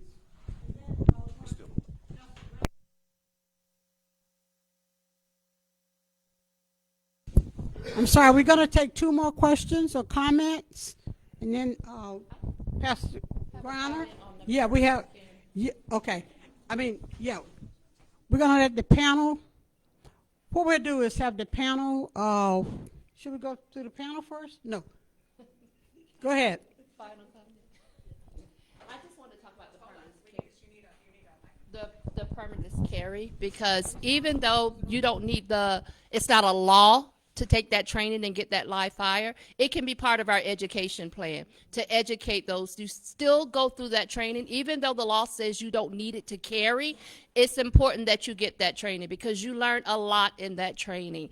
Now you're going to have individuals who've never touched a gun before can go get their gun and then they can carry it. That's frightening.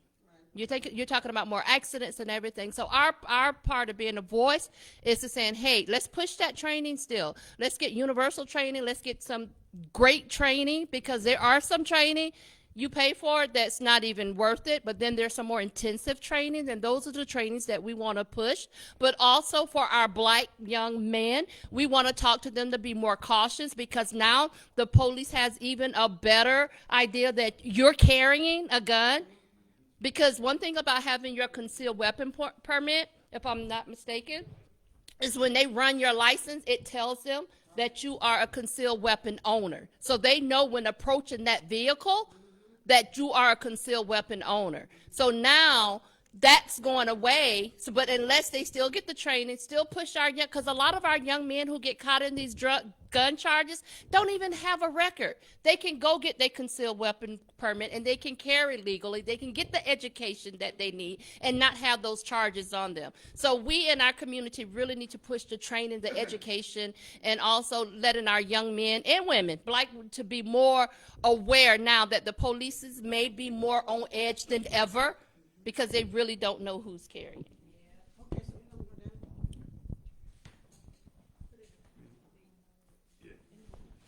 So I don't have a whole lot to say. I want to comment on what the lady just said. You said, in the meantime, what do we do? That's why I wrote this poem, you know, about the permitless carry.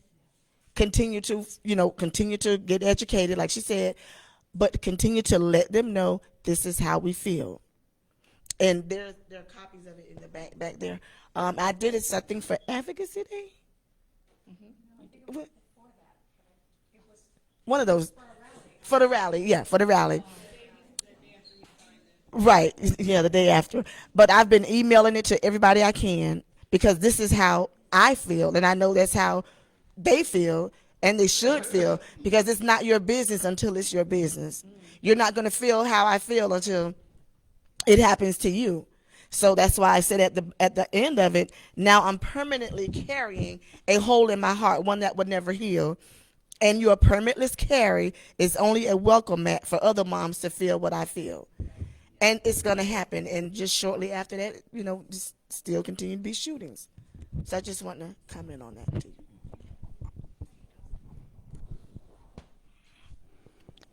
Well, I'll just say here, and I've gone on record before, and I'll do so here. As a former law enforcement officer, security, police, 44 years worth, I was not in favor of that law being passed by the governor. And the reason that police officers have to have training constantly on how to use their firearms. I had to be trained. I had to qualify 4 times a year on the firing range before I could carry my own duty weapon. That was, and almost all departments had that same requirement. What concerns me now is, and I mentioned this in an editorial, what concerns me is people who will get mad about something stupid, money being owed. Meanwhile, they've got a concealed gun tucked in their clothes, and they're out in public at Walmart or Publix or wherever, and get mad or cut somebody off in traffic, and without thinking, they pull out that gun and shoot and hurt and kill somebody. I am not in favor. I think it's going to lead, hate to say it, but I believe it's going to lead to more needless gun violence and bloodshed, plain and simple. So I will do all I can to try to reverse that, because right now you can't go to a mall or to a store without shootings breaking out. Like what just happened down I think it was Orlando or Daytona. Can't go anywhere now without being a fear of being shot.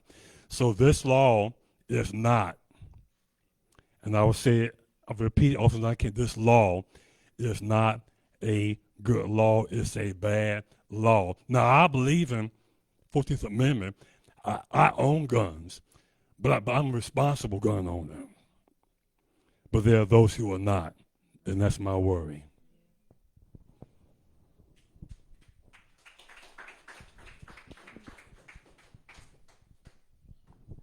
So one of the things that I didn't touch on earlier, but I'm really glad that it came up this time, is the permitless carry. What we can do is be louder, and we have to be louder. Yes, unfortunately, we're all afraid of how many more lives are going to be taken, whether that is on the civilian side or from law enforcement side.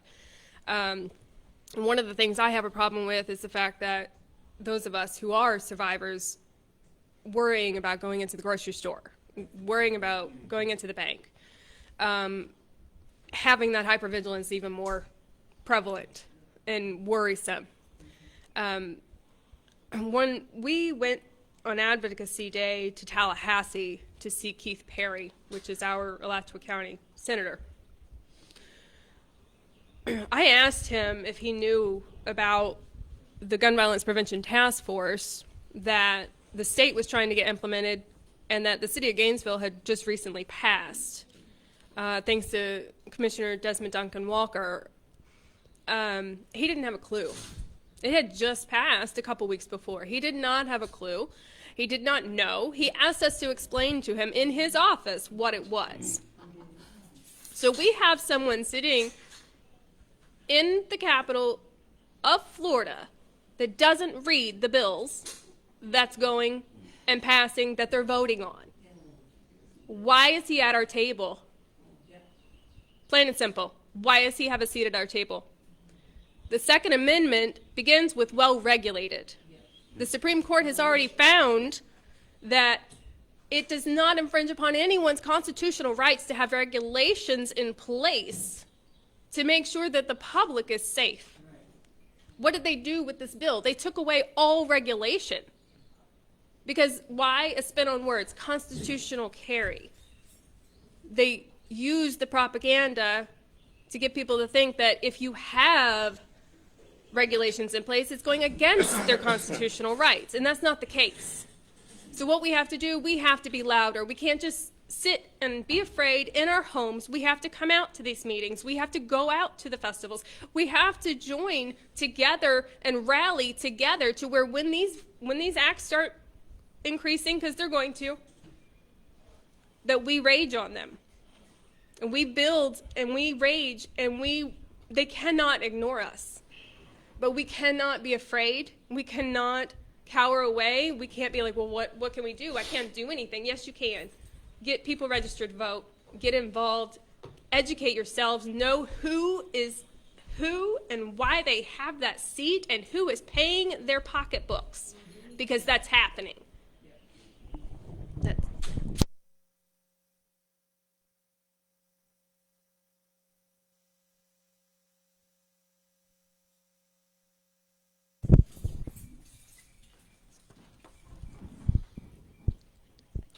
When we think about the mental health or mental illness of our country, we hear in the news about the homicides.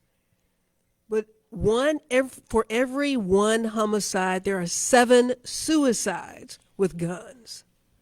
For every one homicide, there are 7 suicides in this country. What that also says to you is that there are people who have access to guns who don't value their own lives because they have some mental challenges. So if they don't value their own lives, then yours doesn't matter to them either. To the gentleman who spoke about his children and what he did in his home, there's a scripture in the Bible that says older women are to teach younger women. Sir, if you know how to do it, please teach some more dads how to do it. Please teach some more moms how to do it. What families are facing today is an orchestrated destruction of parents having a right to parent. Moms are scared to say anything to their children today. Some folks got children in their house that they're just afraid of because they have figured out that they can call the police on their own parents and have done that. That's public policy. Where were we when they were passing that children could call the police on the people that are feeding them? So if parents can't parent at home, then what do we expect is going to happen in the streets? Ladies and gentlemen, until we take back our homes, we cannot take back our streets.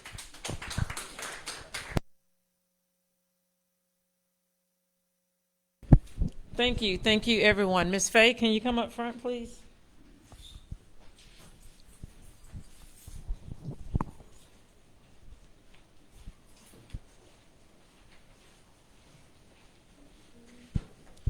think Ms. Pam said enough where we can end it, but it's up to you.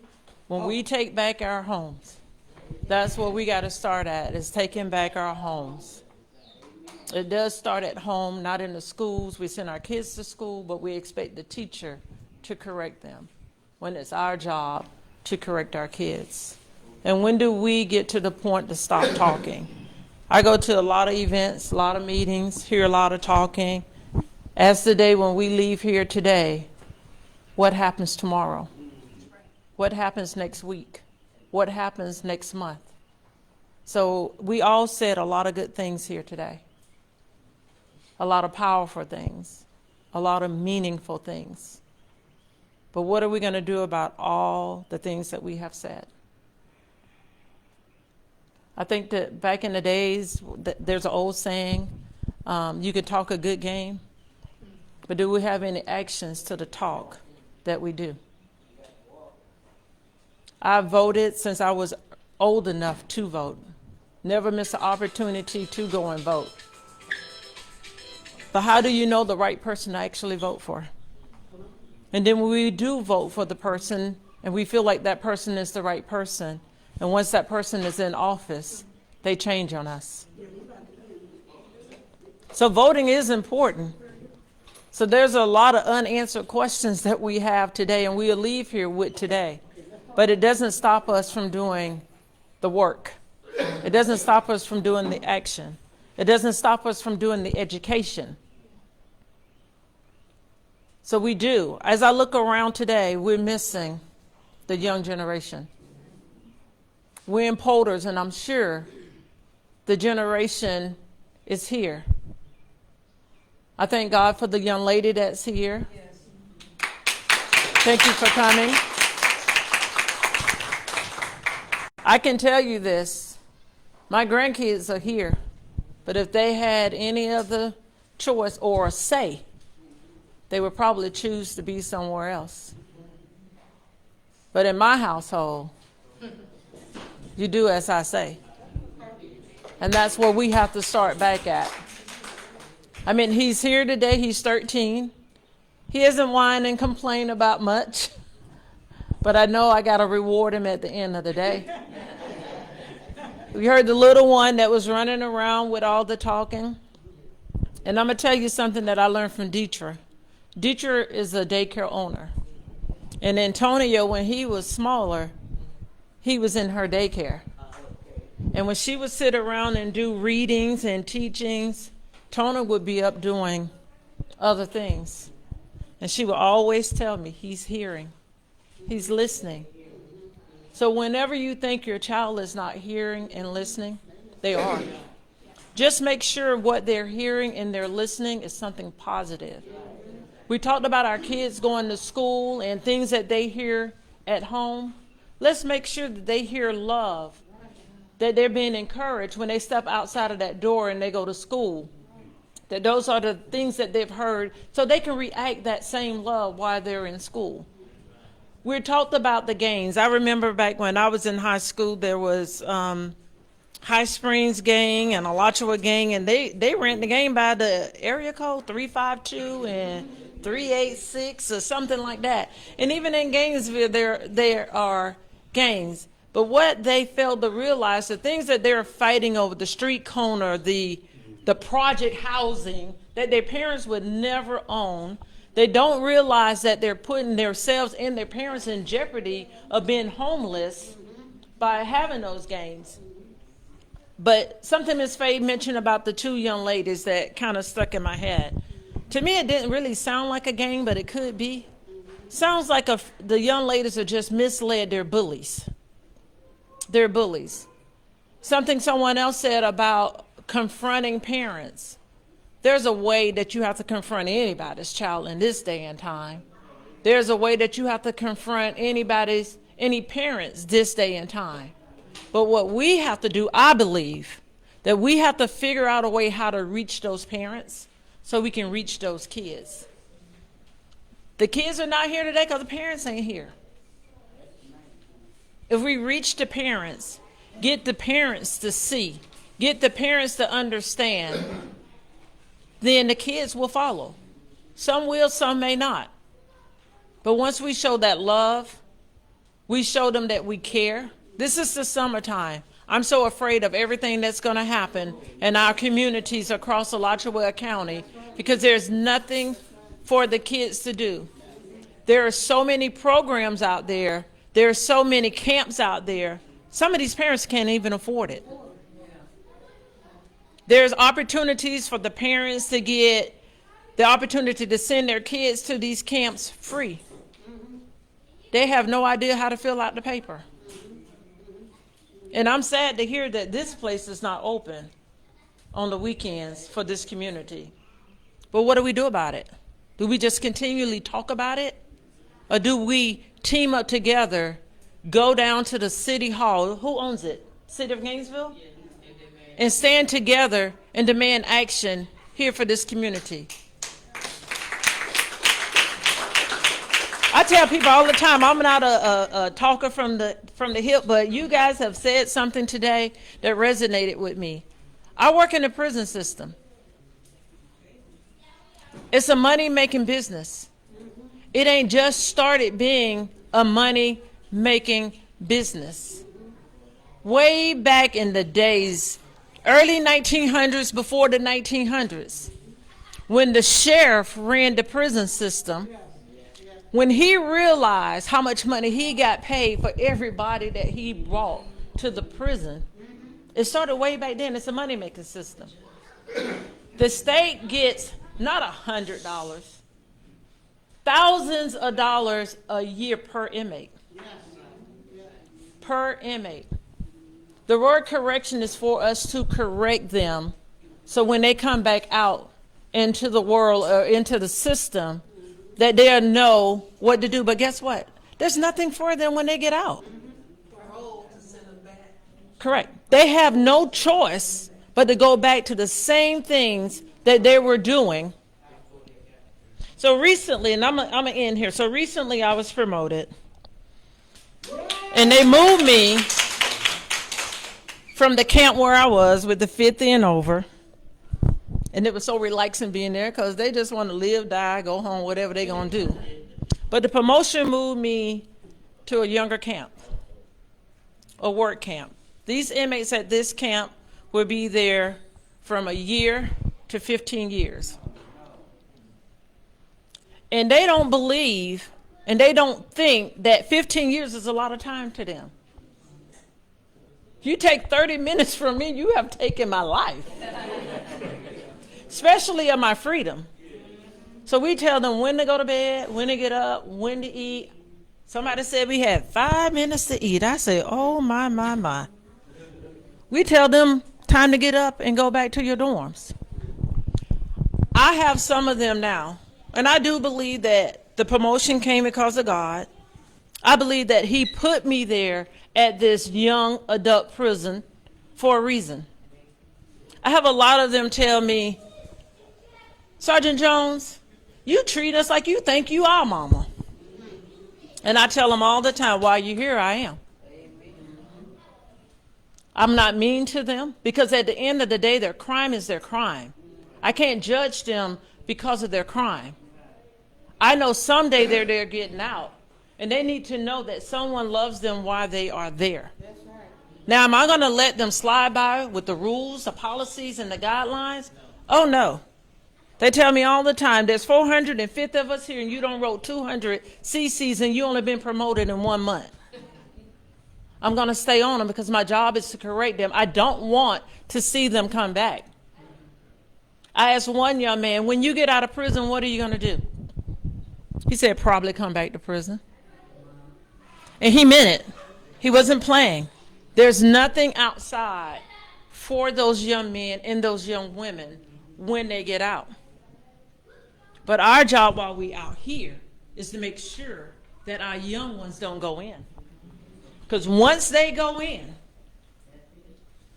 it becomes a home for them. Guess why? Can anybody tell me why it becomes a home for them?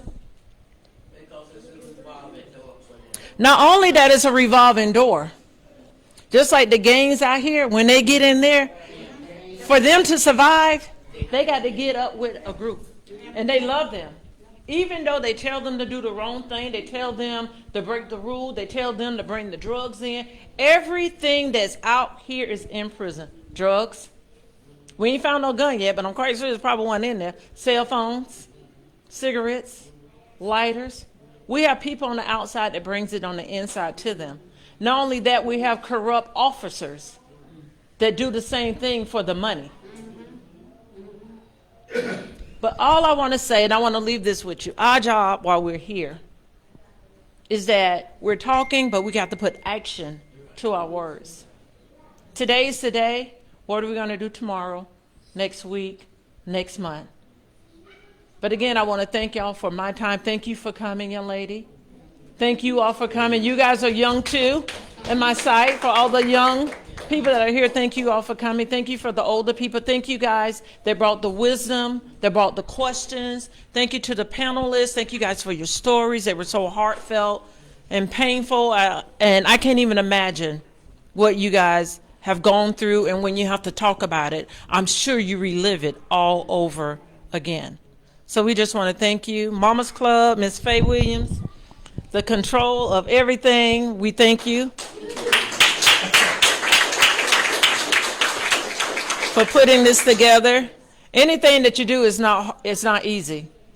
Trying to pull people together, trying to get people to do things for you is not easy. So we commend you, and we want to thank you, and keep doing what you do with Mama's Club. And anything that you need from, what's that? Common Purpose Circle of Alachua. Anything that anyone needs, please reach out to us. We'll be more than happy. Again, we're hosting our gun violence rally, back to school gun violence rally in August. So I want to make sure we get your information so we can invite you guys out to be with us. We definitely are doing a red table talk discussion with young people. So definitely we want you guys to come out to hear what the young people actually have to say, what questions they have. So we thank you. And at this time, I'm going to relinquish my stand and turn it back over to Ms. Faye. Give her a hand as she comes.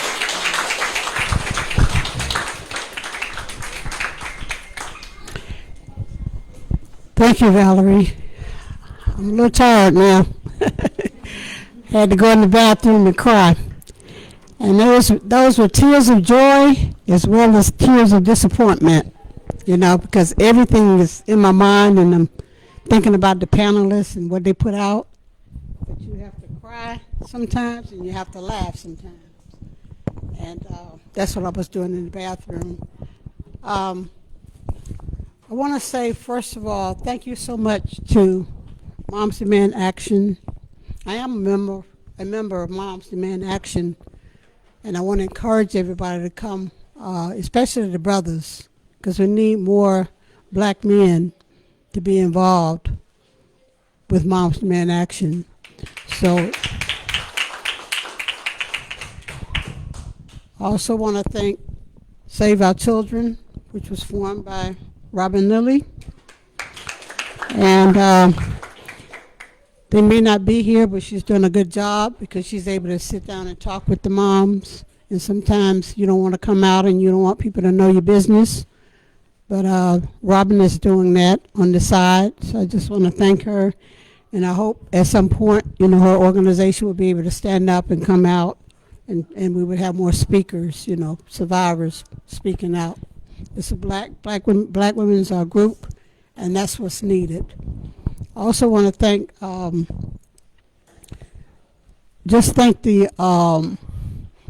shouldn't have to thank the city, but at least I'm thanking them because at least we have this place today. And in order to have this place, that means that they had to have a staff. So I want to thank Diane for being here. She's the staff for the city. And I also want to just thank Monty especially for taping all of this. I hope it comes out the right way.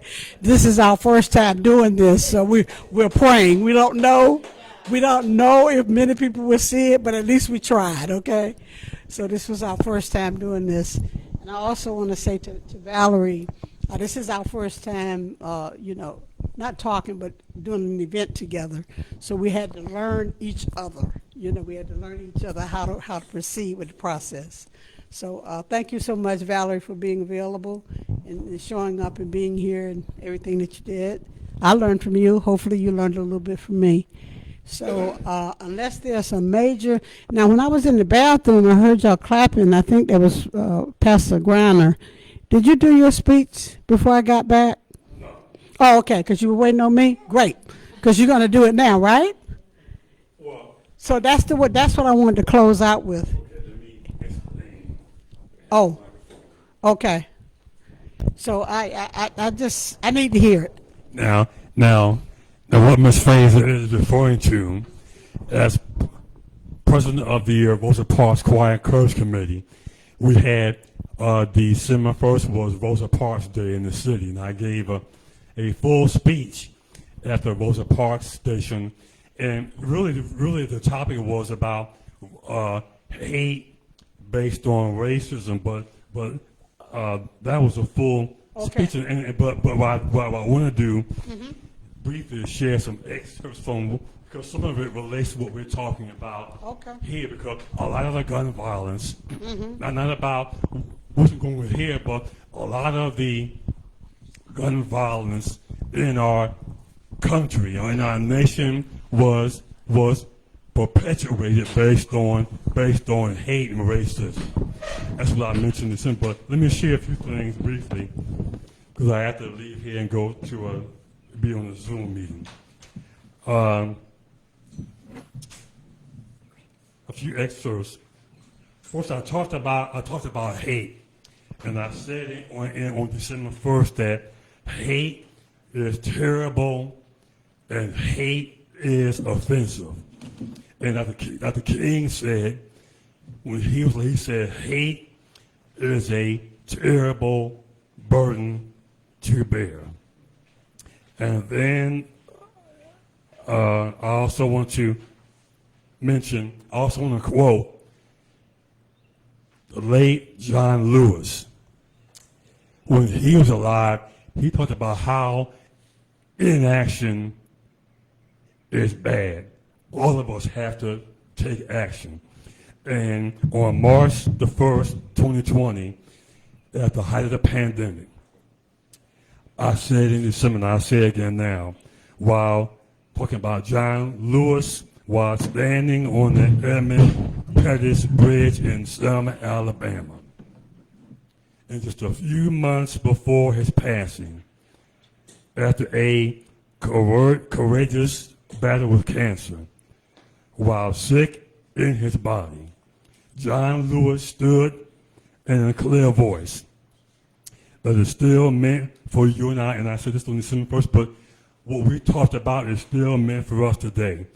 John Lewis said, get in good trouble, necessary trouble, and help redeem the soul of this nation. And when I said that, I said as I closed my speech on Rosa Parks Day, I said it's time to help in this hate pandemic. I said then, I say now, especially now, we all know about Zoom. I said, let us unmute like we do on a Zoom gathering and speak up. Let us unmute our silent and unheard voices so those who speak hate, those who are bringing divisions in our communities will hear us say, and I'll say here now, whether we're black or whether we're white, it will not stand. We must not, and talking about the scientists and the law, we must not and cannot give power and authority to the haters. We believe in true justice and not some weak replacement. Must declare everywhere, anywhere, not now, and not ever. So, and I finally said before I sat down on December 1st, I say again now, but all we talked about, Let our determination be strong. Let our courage be unwavering. Let our faith be firm. And let our actions against hate and racism and now against gun violence be swift. The time is now. The moment is now. The courage must be now. So let us go from here with the same type of spirit and say that we are not going to move from where we rightfully belong because of our skin color. Let us go forward from here with our voices that cannot be muted by anybody, and sing out loud as the foot soldiers declared many years ago as they marched for justice, as they marched for freedom, and now we must do the same about gun violence. And as we do so, we can still say, like the foot soldiers said back in the 50s and the 60s, ain't gonna let nobody turn us around. Turn me around, ain't gonna let nobody turn me around. Gonna keep on marching, marching up to freedom land. And in terms of gun violence, we have to rise from our seats and say, we are going to cover our young people. And we're going to do all we can to protect them so that they will be here when we are no longer here. They will speak when we can no longer speak. They will stand up when we can, and they will say, let justice roll down like a mighty stream. And so we're not going to do it for us, but we're going to do it for this young man, that young man, for our children, for our grandchildren, and for our great-grandchildren. Can I get an amen?